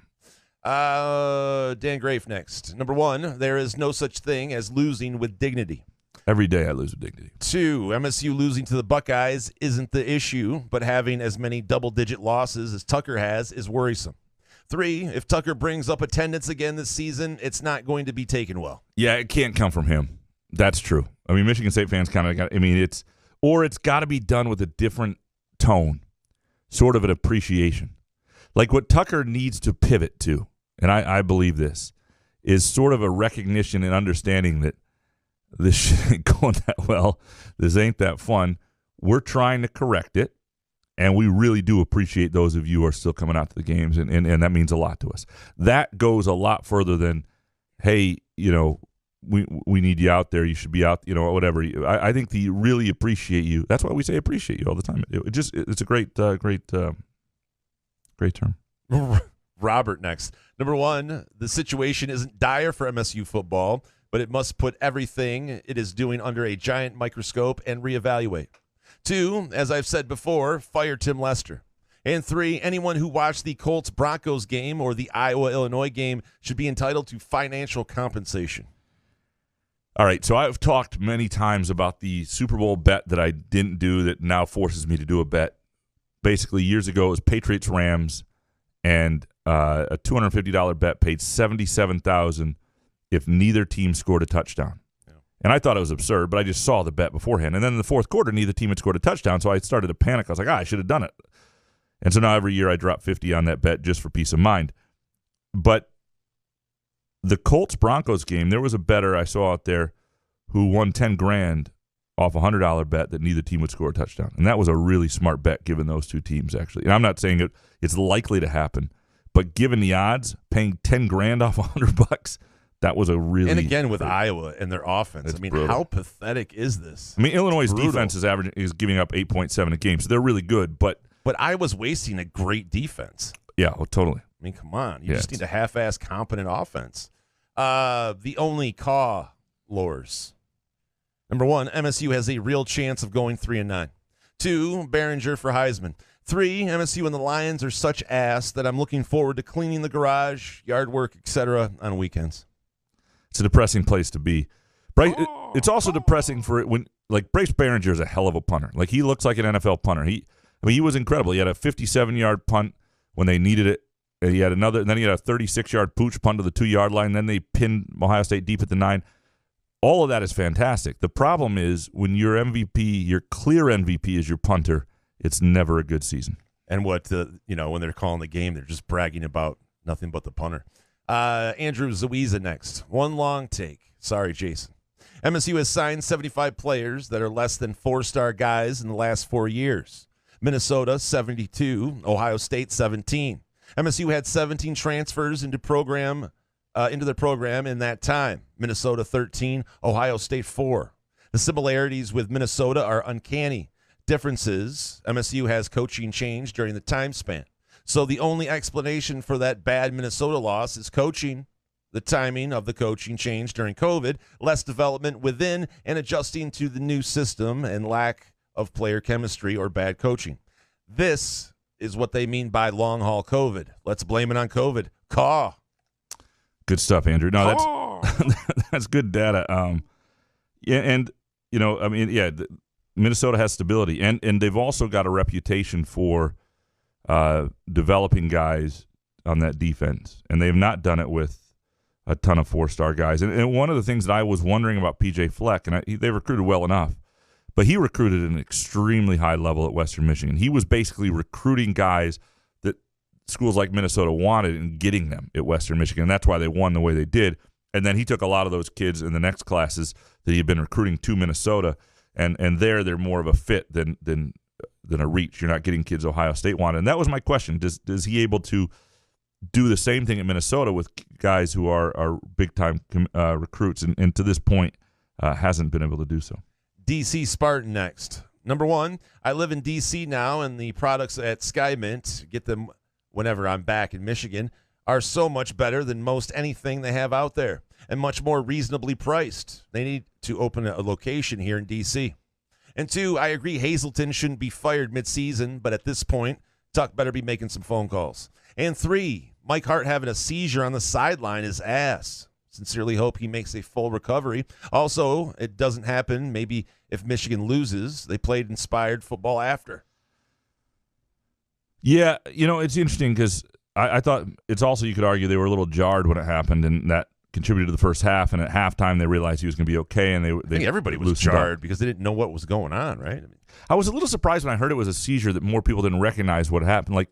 I've had friends and other people. I've been on basketball courts and in cars. I've been around people who've had seizures, and it's very clear what's happening usually. And so I was a little surprised that wasn't. Well, he's maybe such a was. young guy. Maybe people just aren't used to it, or yeah, is it known and that he has seizures? Correct. If you haven't had those issues, certainly it would. I should shut the hell up. We'll fix that in post. It's not the worst thing you've ever done. It's true. I freaking killed Drew Sharp today. What the hell? But also appreciate the SkyMint love and totally he's not agree. lying. And I'm not saying that just because they're a sponsor of ours and a great sponsor of ours. But I go to Illinois sometimes, and weed there is like 4 times as expensive, and it's not as good a quality. Bo McJunkin's next. Number 1, Fox should have been renamed the Michigan Propaganda Channel now. Don't spin this for the Mediagram. Michigan-Indiana over Red River rivalry and other games is pathetic. Kansas-TCU as well. Both game day shows can go to the same spot. 2, First Take is proven by Fox saying J.J. McCarthy is a combination of Aaron Rodgers, Tom Brady, Pat Mahomes, and Lamar Jackson. Well, they said that? No way. Yes, I'm serious that happened. Joel and Gus are an embarrassment. 3, Michigan fans shouldn't be allowed to talk about Tucker's contract. They paid a guy a similar value to underachieve for 7 years. A couple things. These are really good, Bo. The Tucker's contract talk is just what do we say was worse than ass? It's anus. Like it's not good because it's lacking perspective. It's trying to. You have to bring it up, right? I know, but what it is it's just trying to shame people, and it's trying to shame a different fan base. It's being childish. It's trying to mock somebody who's losing. If you let it bother you, yeah. I mean, you had to do it. $95 million, yeah. You had to do it, and and the next coach was going to cost the school just as much. Whether Ishbia contributed and other donors, who knows, but. You had to do it. And when you're losing, people are going to bring that up. Whatever. I'd pay him $140 million if a donor wants to give it to him, so we can keep him here. Right, and like you said, to try to be an elite program, you have to take swings. The problem also with the Fox show is that you don't have to go. Like ESPN will at least sometimes go where they don't even have the game. It's just the bigger game. They'll go to a place where they don't even have the game that night, and Fox has just got to stop following Michigan around and go. If you want that pregame show to be a cool thing that, hey, they're coming here, like it is with game day, like a big deal, you got to move that around to where the big stories are, not just who you've got on your channel that day. But Fox screwing that up is not surprising. Chorizo up next. Number 1, nothing but positive. Chorizo, making fun of my inability to pronounce. Yeah, we get it. Number 1, nothing but positivity. Hats off to Jason Blackwell, John Drolette, and the first responders for saving the life of Mike Garland. Bravo. Yeah, I tweeted this story out from Channel 10 in WILX. Amazing. Yeah, no, and did you hear about this? Yeah, I didn't know about it at all before I saw the story. So props for WILX, and I'll try to share it again. But it's they were saying if he was at home that he would have been a goner. Yeah, so thank God he was driving. Absolutely, cool story out there. If you get a chance to see it, just Google Mike Garland and WILX. Have you ever stopped like at an accident or anything or? There've been a couple things I've stopped to make sure people are okay. Okay. Like you've seen something and you go, Yeah. you know, like we went to Flint for the Jack White concert, and there was a guy at the bus stop because it was in kind of a different area, and there was a guy like on the ground, and he looked like he was dead. I was like, what do? Do you stop the car and get out and like, yeah, hey, man? Well, I saw that he was moving. Right? Is that bad? I don't know. Yeah, no. I mean, if I've seen a couple car accidents happen sort of in front of me that you're like, yeah, I need to make sure people are sure. All right. Call me Al next. Number 1, it's not swinging if your significant other doesn't know about it. That's just cheating. 2, if you're in town for a couple of days and meet people at Applebee's when there are many other options, you suck. Looking at you, Jenny Gorin. Janine Gorin? Am I supposed to know who that is? No. I think it's somebody. 3, Scott Frost would be sitting with a better record with this MSU team than Tucker. The scheme doesn't fit the players. The answer isn't to double down on it. Tuck is stubborn. Yeah, I don't know that they're doubling down on it. I'll be very curious at the end of this year. At the end of this year, if they go 3-9, 4-8, and things just don't start looking better, and Hadelson's coming back and they're running the same stuff, DEFCON 4. I'm telling you, then you can say he's stubborn, and then we can do it finally. Well, look, put that on your calendars. You can do it whenever you want. I'm just saying that I understand reasonably why you're not getting rid of somebody in the middle of the season, and why you also want stability, and why you're hoping a coach can help you figure something out. Plus size softball dad next. Number 1. First of all, where did this whole thing on swinging come from? Did I miss a story? Is there like an athlete cheating, or is this a personal thing? An athlete cheats? Athletes don't cheat. No. Plus size softball dad. Number 1, I'm officially wait until he gets his players guy with Mel Tucker, and I hate it. 2, Aiden Hutchinson may have been double teamed previously, but today he was shut down by Trent Brown, who until recently didn't want to play for New England, and Isaiah Wynn, who is barely a professional. 3, I feel like Oklahoma fans may be more unhappy than Spartan fans. So we've got that going for us, which is nice. Well, Brent Venables, I think the other thing with Oklahoma that sucks is you were at the mountaintop. You felt like you were there with Lincoln Riley. You had your guy, and now it's like, oh, you got Norman. You're not. It's not a place that's. And it's bad. It's not. Yeah, and then now you're walking into the SEC. Like it's not. It's not good. I think. But didn't Riley take a lot of the players with him? Oh, no doubt. And the question is whether the new regime can build. I think you'd rather be a Michigan State fan today on a 4-game losing streak than an Oklahoma fan right now. And I don't say that with certainty, but I think you would rather be. Oh, Clint One-Ball Baney. Number 1, we've lost to 4 straight good teams, but this season is becoming a complete embarrassment. Defense and offense are equally pitiful. 2, Dan Campbell goes for 4th down 4 times today, making 2 of 4 conversions. Actually, I think we went 0 for 6. Sorry about that. These must have been early. Oh, early takes. 3, the highlight of my visit to East Lansing yesterday was seeing the Dahmer went to Ohio State red painted rock. And bonus take. I fucking love the month of October. Pumpkin patches, football, no humidity, hay rides, hookers, Halloween, cider mill. Cider mill's cocaine. Wait, maybe I screwed up the month. He just throws in the hookers and cocaine on there. I mean, all those other things. Yeah. Well, hey, whatever takes you. However, you got to get to a cider mill, I guess. To each their own. Ryan Rockwell. Number 1. I could live with one side of the ball struggling and rebuilding for Michigan State, but the lack of performance or progress from all 3 phases of the team, minus Behringer, is fucking depressing. 2, I'm sorry I took all those MSU games where opponents were held to under 300 yards for granted. To think that used to be the norm. Cue the glory days. Bonus. Sorry, Jason. I'm giving up on Tucker, and the Ohio State result was expected. But if you see the same thing 4 weeks in a row with the same results, you might as well get some young guys, some reps, and change something. Anything. What's there to lose? Well, you could lose to Wisconsin, but I agree. It's the depressing thing should be if what you're seeing from more veteran players, there aren't younger guys in the program who are ready. Right, and I think one of the biggest concerning things is that the offensive line, young guys, and offensive line's a position where it takes a minute But this is not a good offensive line, and you're not seeing a lot of rotation. The younger guys aren't ready, and those guys, some of these guys are going to be gone, which is good and bad, but there are a lot of guys next year who they don't think are ready, who are going to absolutely have to be ready.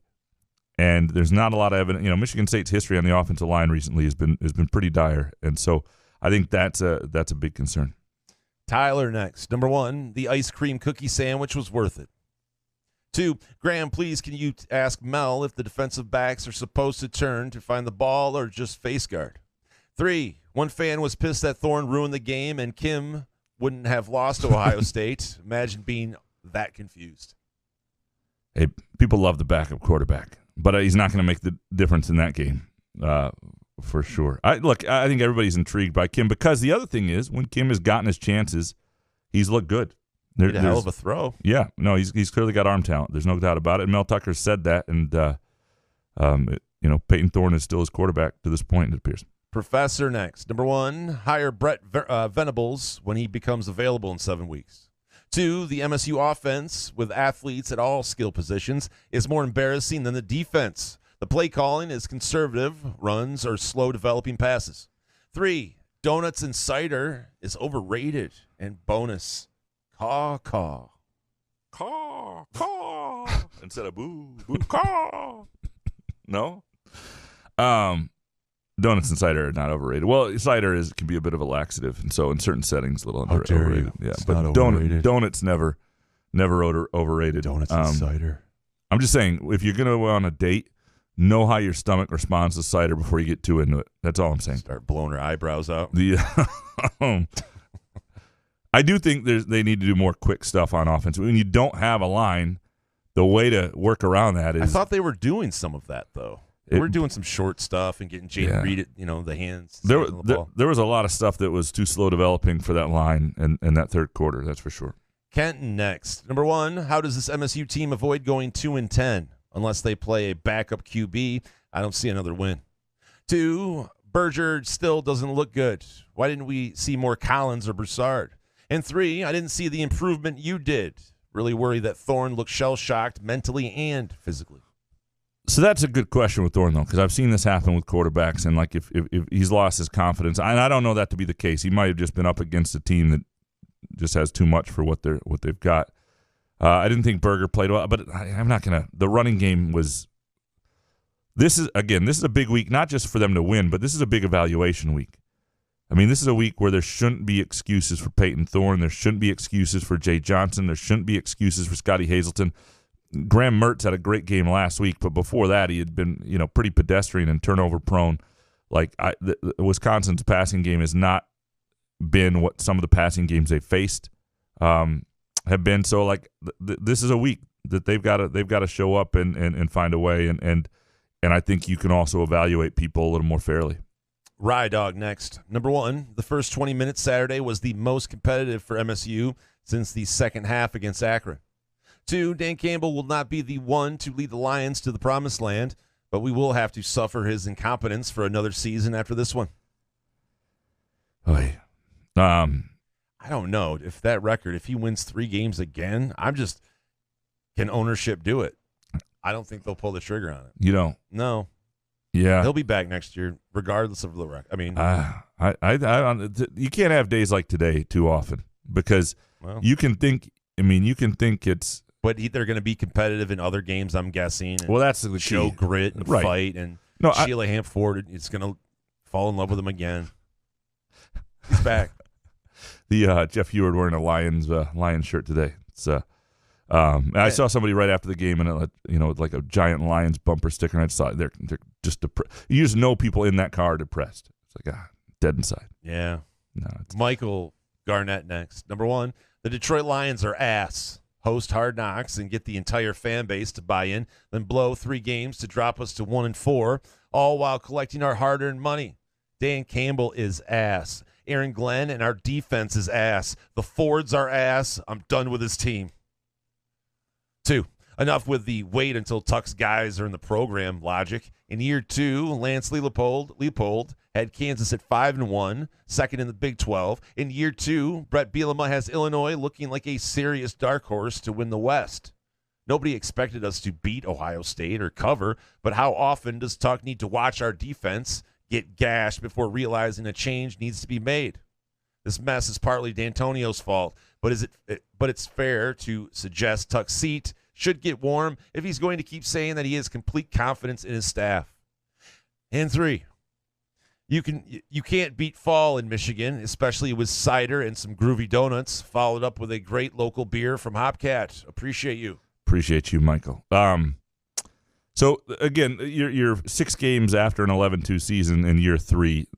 Coaches in that situation 2 and 4 coaches shouldn't be fired. Like in college football, even if Tucker everything's going well, I'm a big believer in unless teams are quitting like they did with Bobby Williams or something like that, you have to give a coach 4 years, and we've talked about that with the recruiting classes. And you can say, well, year 2 this, but Mel Tucker did this in year 2. Like let's see what Bielema does in year 3, because sometimes the last guy's worst recruiting classes start to show up a little bit. Maybe they'll be better. Brett Bielema is a good coach, and I think he's doing a pretty good job there. Obviously, what's going on at Kansas is outstanding. Mel Tucker and his staff are not doing a good job this year. There's no doubt that it shouldn't look like this. But that's not the Ohio State game. That's the other games. And but let's see where this. Let's see this week, because I have. This is a game where, given you're talking about a program that just got rid of its coach, a program that was a little bit on the decline, a program that still has some talent but shouldn't overwhelm you, a program that's offense shouldn't be too much of a problem for MSU's defense. This ought to be a game that MSU is competitive with, nose for nose, and you get to see, just because they're not outclassed, the quarterback play, the playmakers, the coaching, all that stuff. Jeff Haddis next. Number 1, this absolute pile of garbage, dog shit that is the Detroit Lions is not acceptable, and something needs to change. Dan Campbell's seat needs to be getting hot. 2, I'm concerned about MSU basketball. Tom Izzo not doing anything special for Midnight Madness is concerning. And 3, Harbaugh being able to put together a strong team after the clown show of an offseason he had makes MSU season even harder to stomach. Mel Tucker has to be better. Well, he's still 2-0 against Harbaugh, so he's got that going for him. He'll probably be 2-1 shortly. But I think that is one of the hardest things for MSU fans this year, is just the concept that it's been 15 years since they've struggled while Michigan has been up. And, that's always going to add to the dynamic. Tom Izzo not doing anything. Midnight Madness to me does not. I didn't realize he didn't do anything special. That's how much I care about Midnight Madness. Who, Izzo? Yeah. Did he not do anything? I don't think so. He didn't come I thought that it parachuting was from over. outside. Well, he's like 67 years old at this point. Yeah, too. but you can still be rappelled down. I mean, slowly. you could do it with Lee Corso. Why couldn't you do it with Izzo? That's fair. Saying. Denver Spartan next. Number 1. You're both idiots. Oh, nice. Not once, but twice, you lemming stated that Goff is the issue with this Lions team after the offense scored 40-plus points. Graham considers himself the king of nuanced takes, yet did it ever occur to you that Goff might actually be a decent enough quarterback to win in this league? But McVay didn't want him. So what? If he plays this well, i.e. top 10 in the league, he's not getting replaced. Deal with it. Hot takes 2 and 3. See hot take 1, idiots. This person doesn't get a bonus take if you're going to call us both idiots. I do respect coming right at us. Is this Goff's burner? This might be Goff's burner. It has to be. From Denver. Do you think Goff is really going to lead the Lions to any kind of wins or anything like that? I do not. Did you see the game today, Denver Spartan? Are we that big of idiots? I'm sorry, when you watch Jared Goff, you think that guy could lead you to the promised land, even with a good defense or a good offensive line that he kind of has? Right? I mean, he puts up hollow numbers. Who gives a shit? Maybe this is... he's not the future. I wonder if, who else lives in Colorado is Michelle, maybe Mebe. Maybe this is her burner, and this is the way she's really felt she about wouldn't us have all. it would have just been Jason as an ass. He's an idiot. Jay Riemenschneider. Number 1, haven't seen the new rankings yet, but Clemson should have been ranked number 4 over Michigan even last week. 2, I know Michigan gets more ratings than Oklahoma, and yes, even Texas, and both of them are down this year. Yuck, Oklahoma. But them playing the historic Red River Shootout and Fox's ties to the Big 12, it should have definitely been the big noon game, and yet Michigan will be back there next week. 3, Ohio State is a super program, and that is what MSU is striving for. However unrealistic that may be, but yesterday, just like the mirage of a season last year, showed they are eons away. And I don't think there is enough time for any coach to ever get MSU to a level that they've never been. Yeah, I mean, the thing about, D'Antonio did it toe-to-toe with Ohio State to some degree. I think Ohio State now is at another level. But, we'll see. We'll see if he can get these classes, and then if he can coach them. I think there's, they're not getting the most out of the roster they have now, so I think there's a little concern about what will happen when they get these guys. But if they win in 2025, if they're better in 2024, all this stuff will go away. I'm just saying, it's not spin. It's just what it is. People will be thrilled, and they'll be glad that he stuck around, and they'll be sort of saying, "Oh shucks, I didn't necessarily believe it, but it happened." And I'm with you, Jay, on the big noon stuff. It's just a little weird. It's a little weird. Rick Darnell next. Number 1, this game shows that this year's Spartans minus Kenneth Walker are exactly the same as last year's Spartans minus Kenneth Walker. A good quarterback away from a serviceable offense and a terrible defensive coordinator. 2, same old Lions. You got to be freaking kidding me. 3, depressing year of football. MSU season tickets are worthless. Well, one of my 3 sold for $25 on StubHub. But hey, looking forward to next week's make or break homecoming game. Red Box Bowl or bust. And everybody's favorite bonus, caw.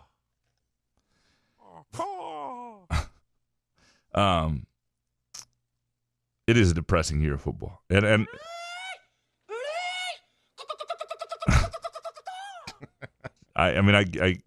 yeah. At least the Pistons should be interesting, right? They open up on the 19th. Oh, I guess. With James Edwards in here, we'll do the Red Wings. Yeah, we'll go ahead and we'll do the 69 thing and all that stuff. Dress up like Detroit Dan. Bolon Lobby Spartan. Number 1, Peyton Thorne's confidence is shot. He plays so tight. Let him sit. Give Noah Kim a shot. 2, despite giving up 49 points, I do believe the defense improved. Continue to blitz. I can live with mistakes if we're aggressive. And 3, Goff confirmed that he's not the long-term answer at quarterback.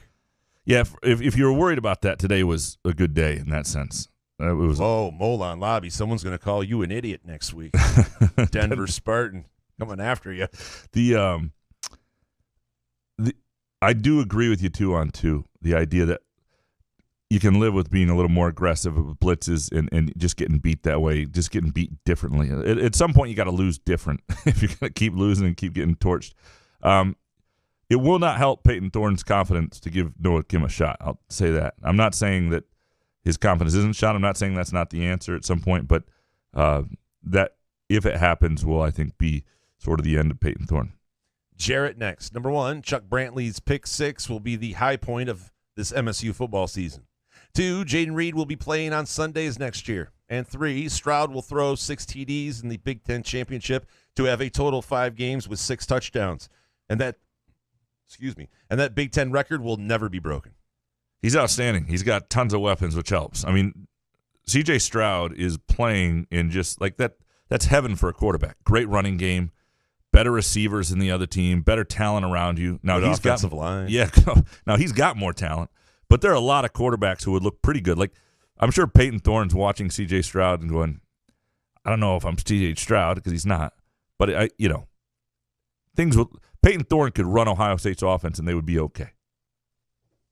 Eric Larson next. Number 1, only 29 days to the opening tip. 2, Hutchinson won't be starting for the Lions opening day in 2024. 3, transfers can only patch small holes. They can't be foundation for the program. Ask Hoiberg. And bonus, people actually eat more bananas than monkeys. Almost no one eats monkeys. I appreciate the dad jokes from Larson, Eric. So I agree with you on transfers to a degree. There are places that have won with a lot of transfers in basketball. You get the right mix, and it can happen for a year or two. But the if let's say Hutchinson doesn't work out, and it's too early again, but it was an obvious pick, how much heat does Brad Holmes get for the number 2 pick not working out?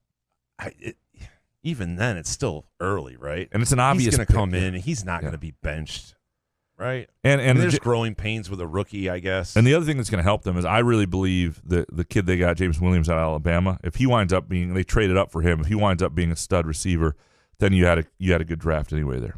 Matt Venny next. Number one, this MSU defensive roster is more suited for a 3-4 or 3-4 rather than doing a 4-2-5. We have depth and talent at linebacker that we don't utilize. 2, the special teams coordinator needs to be shown the door along with Hazelton. Other than a botched snap, there are 0 excuses to miss a PAT, and this has been an issue since last season. And 3, Amir Speed couldn't cover a wide receiver's dick if he was a condom. People still wear condoms. Keep you away from elementary schools and sex ed classes. It wouldn't be good. I don't. When a 19-year-old kid has a bad snap, I don't know if that always falls on the special teams coordinator. Like, I don't know. I would just. Maybe it does. I don't know. Someone's got to get blamed. Does the special teams coordinator also get credit for Behringer's punts? Then, like, what? Sure. Yeah. Okay. All right. I'll take it. One outweighs the other. Yeah. You gotta go, I guess. Some dude next. Number 1, I miss Paul Revere's Tavern. 2, saw Tuck on the volleyball broadcast playing Rochambeau. He's a very shiny person. 3, I know that Graham was perhaps being a little tongue-in-cheek when telling the Ohio State beat reporter that MSU fans were afraid to go to the game. For me, it's a value proposition. As Mike Gundy would say, I'm a man. I'm 40. It's really hard to spend the entire day, money, etc., when the product isn't compelling enough, and there are simply better things to do. It looks like I missed a great day of playoff baseball. And bonus, I studied Graham's hair in the post-game Solari video and wondered how sweet it would look after his incredible stylist primped and preemed him for the show. By the way, I've gotten no hair and makeup for those two, huh? No, it would take a while. It'd be like an hour. But I've gotten a couple people have reached out, wanting the information from Michelle. She's fantastic. So, and by the way, I am hideous. So there's only so much you can do with me. If you're better looking than me, she can really help you. Ghost of George Perlis. Number 1, Coach Tuck at Monday's presser. I like what I saw. We are improving. I'm only a cat poop coach right now, and we are a 1/2 inch and 3/4 of an inch away. 2, we have one reporter, maybe, who will ask about the criteria is reviewed for a starting running back. Is positive yardage a criteria? What about vision? 3 soft zone defense is showing great improvement. Facts are facts. Ohio State didn't get 600 yards until the second half. By next season, they ain't breaking 575. Appreciate the sarcasm there. It will sarcasm. Yeah, it like Mel Tucker. I do believe at certain points going to have to pivot and tone because it's not really people like me, but the fan base. I feel like they're not. When you're losing and you're not getting a lot of not just answers, but it's just sort of like an college talk, football coach talk. Yeah, it's just you're not in the like one of the things D'Antonio late in that 3-9 season. Now that happened once, and people weren't really down on D'Antonio. They'd won at unprecedented levels right before that, so nobody knew what was coming. But D'Antonio was really good during that 3-9 season, as good as he ever was covering him. Like he was. He just got it. He understood things weren't great, and he didn't sugarcoat them, but he wasn't defensive. He was a better interviewer than he ever was, and it just kind of worked. They got through it. Now, and the next year they had the resurgent year, and now things didn't stay up. But that D'Antonio, his attitude helped him get through that year, and it helped him get through that year with the fans. And I'm not saying Tucker has a bad attitude or anything, but at a certain point, like things aren't going right. The execution inches stuff, people just don't want to hear it. Mr. Yeetus next. Number 1, as bad as this loss was, MSU played decently. Our defense, while getting cooked most of the game, showed some flashes. 2, there are changes we can make to the offense, such as starting Noah Kim and playing Elijah Collins, which could improve our offense. 3, I think, as I said in number 2, Noah Kim could fix some issues on offense because he won't stare down receivers or force the ball to read. Also, potentially better athlete than Thorne, which could help the offensive line. some deep dive there on the Noah Kim versus Peyton Thorne. Noah Kim is I'm not going to say Noah Kim's not intriguing. I think Peyton Thorne's had a rough go, though. He's been asked to do a lot and in a tough spot. I mean, that offensive line is just not functional in a lot of ways. But Elijah Collins, I'm with you on that. He needs to be a bigger part of things. Neurotic Pants next. Number 1, MSU hockey still needs shooters, but congrats on the first victory at Bowling Green. Ugliest team colors ever. I saw for myself.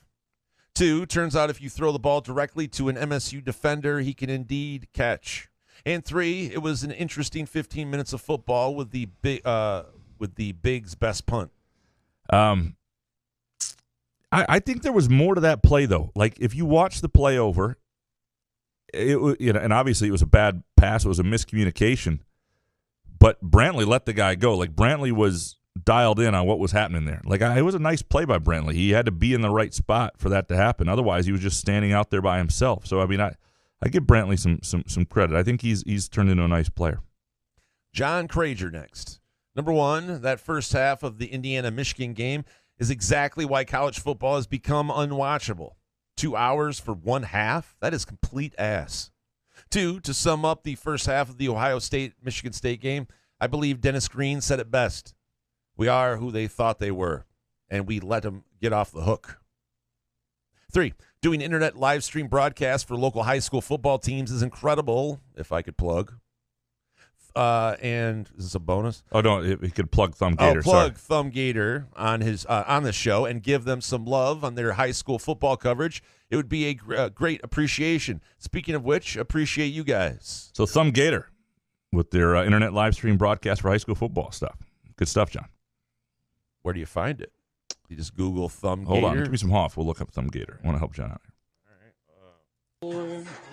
Shake a tail feather. Oh no, I heard them bad boys coming. Can't stop now, gotta continue my running. Yeah, cause we gonna party till the lights come on. And if my song stop, fuck it, cause my mic's still on. You're on the big booty type of Thumb Tailgater Sports, I think it is. Thumb Tailgater Sports, if you do a search for that. What a plug. Yeah. I wasn't prepared. Usually I'm prepared. Usually I can screw up Hopcat Hot Take of the Day with I got it right. Mr. Benjen, number 1, please be well, Jaden Manningham and Savion Smith. 2, Mel Tucker will secretly run the defense himself from now on, but not publicize that Scotty's been downgraded. 3, we're lucky to have this show with the journalist closest to the program. Thanks, Couch, and that other guy too, I guess. Kidding, Jason. Appreciate you, Mr. Benjen. It was a weird weekend of a lot of injuries and ambulances on the field, and I counted 3. Yeah, for the games that I watched this past week. But they were all it was all the Michigan games. It was Michigan State, and there's Lions. An injury analyst. Yeah, I mean, come on. I don't think Tucker could do it secretly because it's pretty obvious. Like, coordinators are not. I think he could. You think he could do it from the sideline without anybody knowing? He doesn't tell you guys anything anyway. No, but it's pretty obvious when somebody's calling the defenses versus what he's doing now. We would notice it. He'd put one of those cards over his mouth. Yeah, you wouldn't be able to tell what he was saying. Cucker Tarlson, number 1. The MSU punter keeps us in games, and the entire team owes him a round at the bar every week. 2, to cut out flopping and exaggerated non-injuries in soccer, they should just not have a medical team ever go out. Kind of a boy who cried wolf scenario. And 3, based on who pops up in my feed as fouled by Mel Tucker, he is a pretty right-wing guy. I don't know what Mel Tucker's politics are, but a lot of football coaches that I've covered and been around are fairly I don't know how right wing, but they lean conservative for sure. The soccer thing, I used to believe this. I used to believe, like, if a guy looked like he just got shot and then he's playing 2 minutes later, he should be out of the game. Like, that should be a red card and there should be a punishment because he's faking it. The thing I've learned, to cancel games. Well, the thing I've learned though is it's different than football because what's often happening is the spike from the cleat is hitting your ankle. It's hitting like your ankle bone, and so in the moment it's incredibly painful, but it's not actually a serious injury. So a lot of what happens, it is painful. So that's why it looks like that. It's different than other sports. Dark Mantonio, number 1. Washington, Minnesota, and Maryland all have gone backwards since beating Michigan State. Either they were all weren't as good as thought, or the MSU stink has rubbed off on them. 2, Jason, MSU doesn't need to recruit the state of Ohio to get Ohio State's level. That's a nationwide recruiting effort. Doesn't look like they'll be as good as Ohio State anytime soon. So maybe get those Ohio kids who know the rivalries and hatred of the Wolverines like D'Antonio did.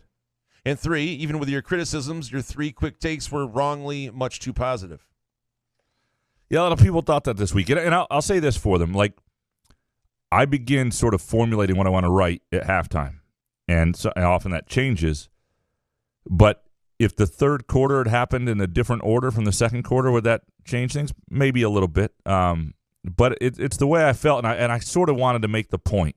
And that was the problem. I not went in, but as soon as I saw the way the game would unfold, I wanted to make the point that this wasn't the game to evaluate them. And I knew a lot of people were, and it was going to drive me nuts. And so that's why you got that version of them. It is true that Washington, I watched. They did not Complete ass. That's not good. That hurt me too. I had a minus 13.5. I'm with you. I just had them. Garbage. I threw them in on a couple money lines to beef up a couple parlays, and did not go well. And Minnesota not playing as well, obviously, and Everybody's ass. Tyrone Couch next. Number 1, if MSU played every game like the first game, they would lose fewer games. Trying to be positive. 2, if Thorne locked into Jaden Reed every play of the year, it would still be as productive as trying to run the ball. Excuse me. 3, spicy chicken is the best, but when you get spicy chicken and fries, leave them overnight. Then leave them overnight in a Ziploc. Prepare your anus.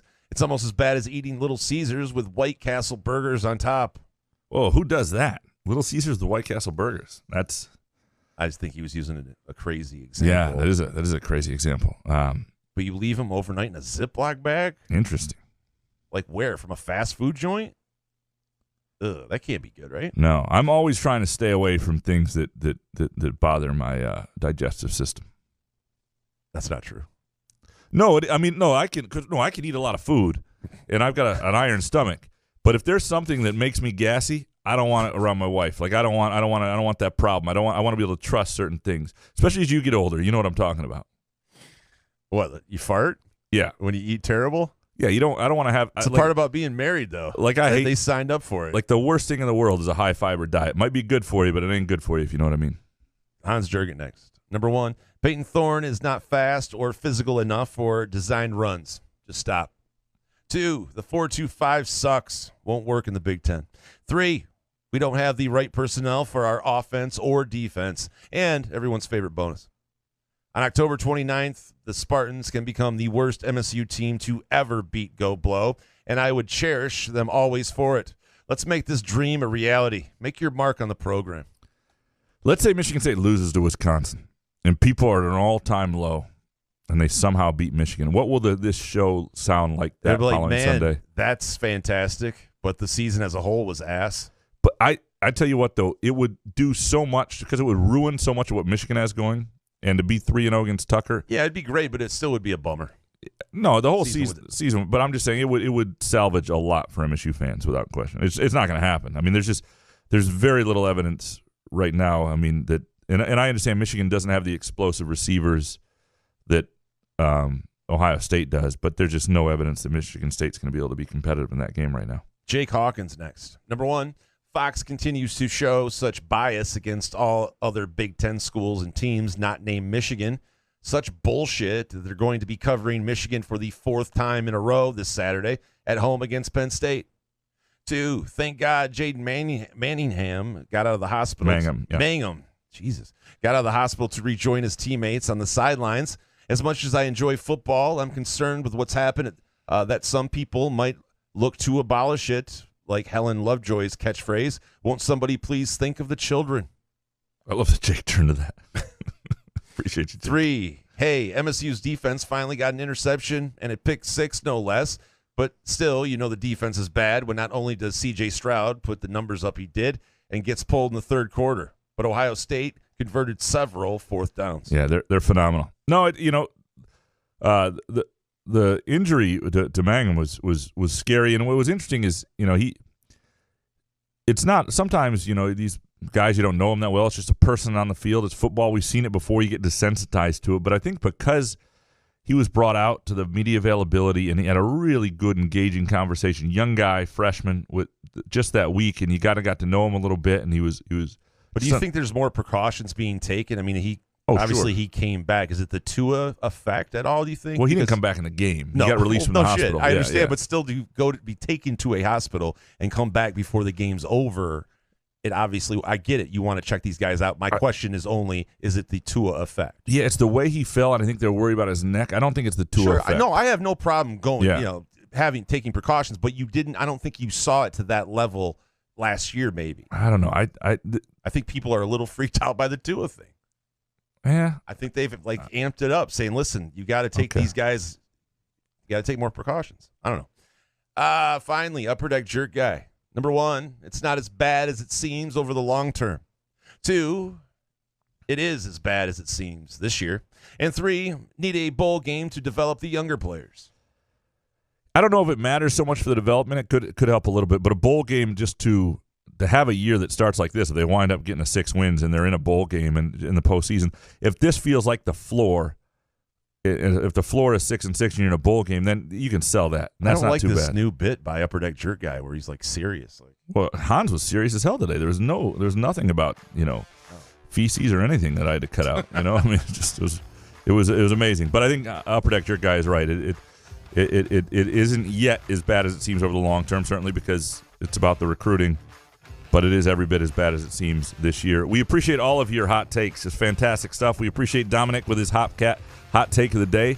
And the $20 gift card will be arriving shortly, for real this time, not from Halo Sport.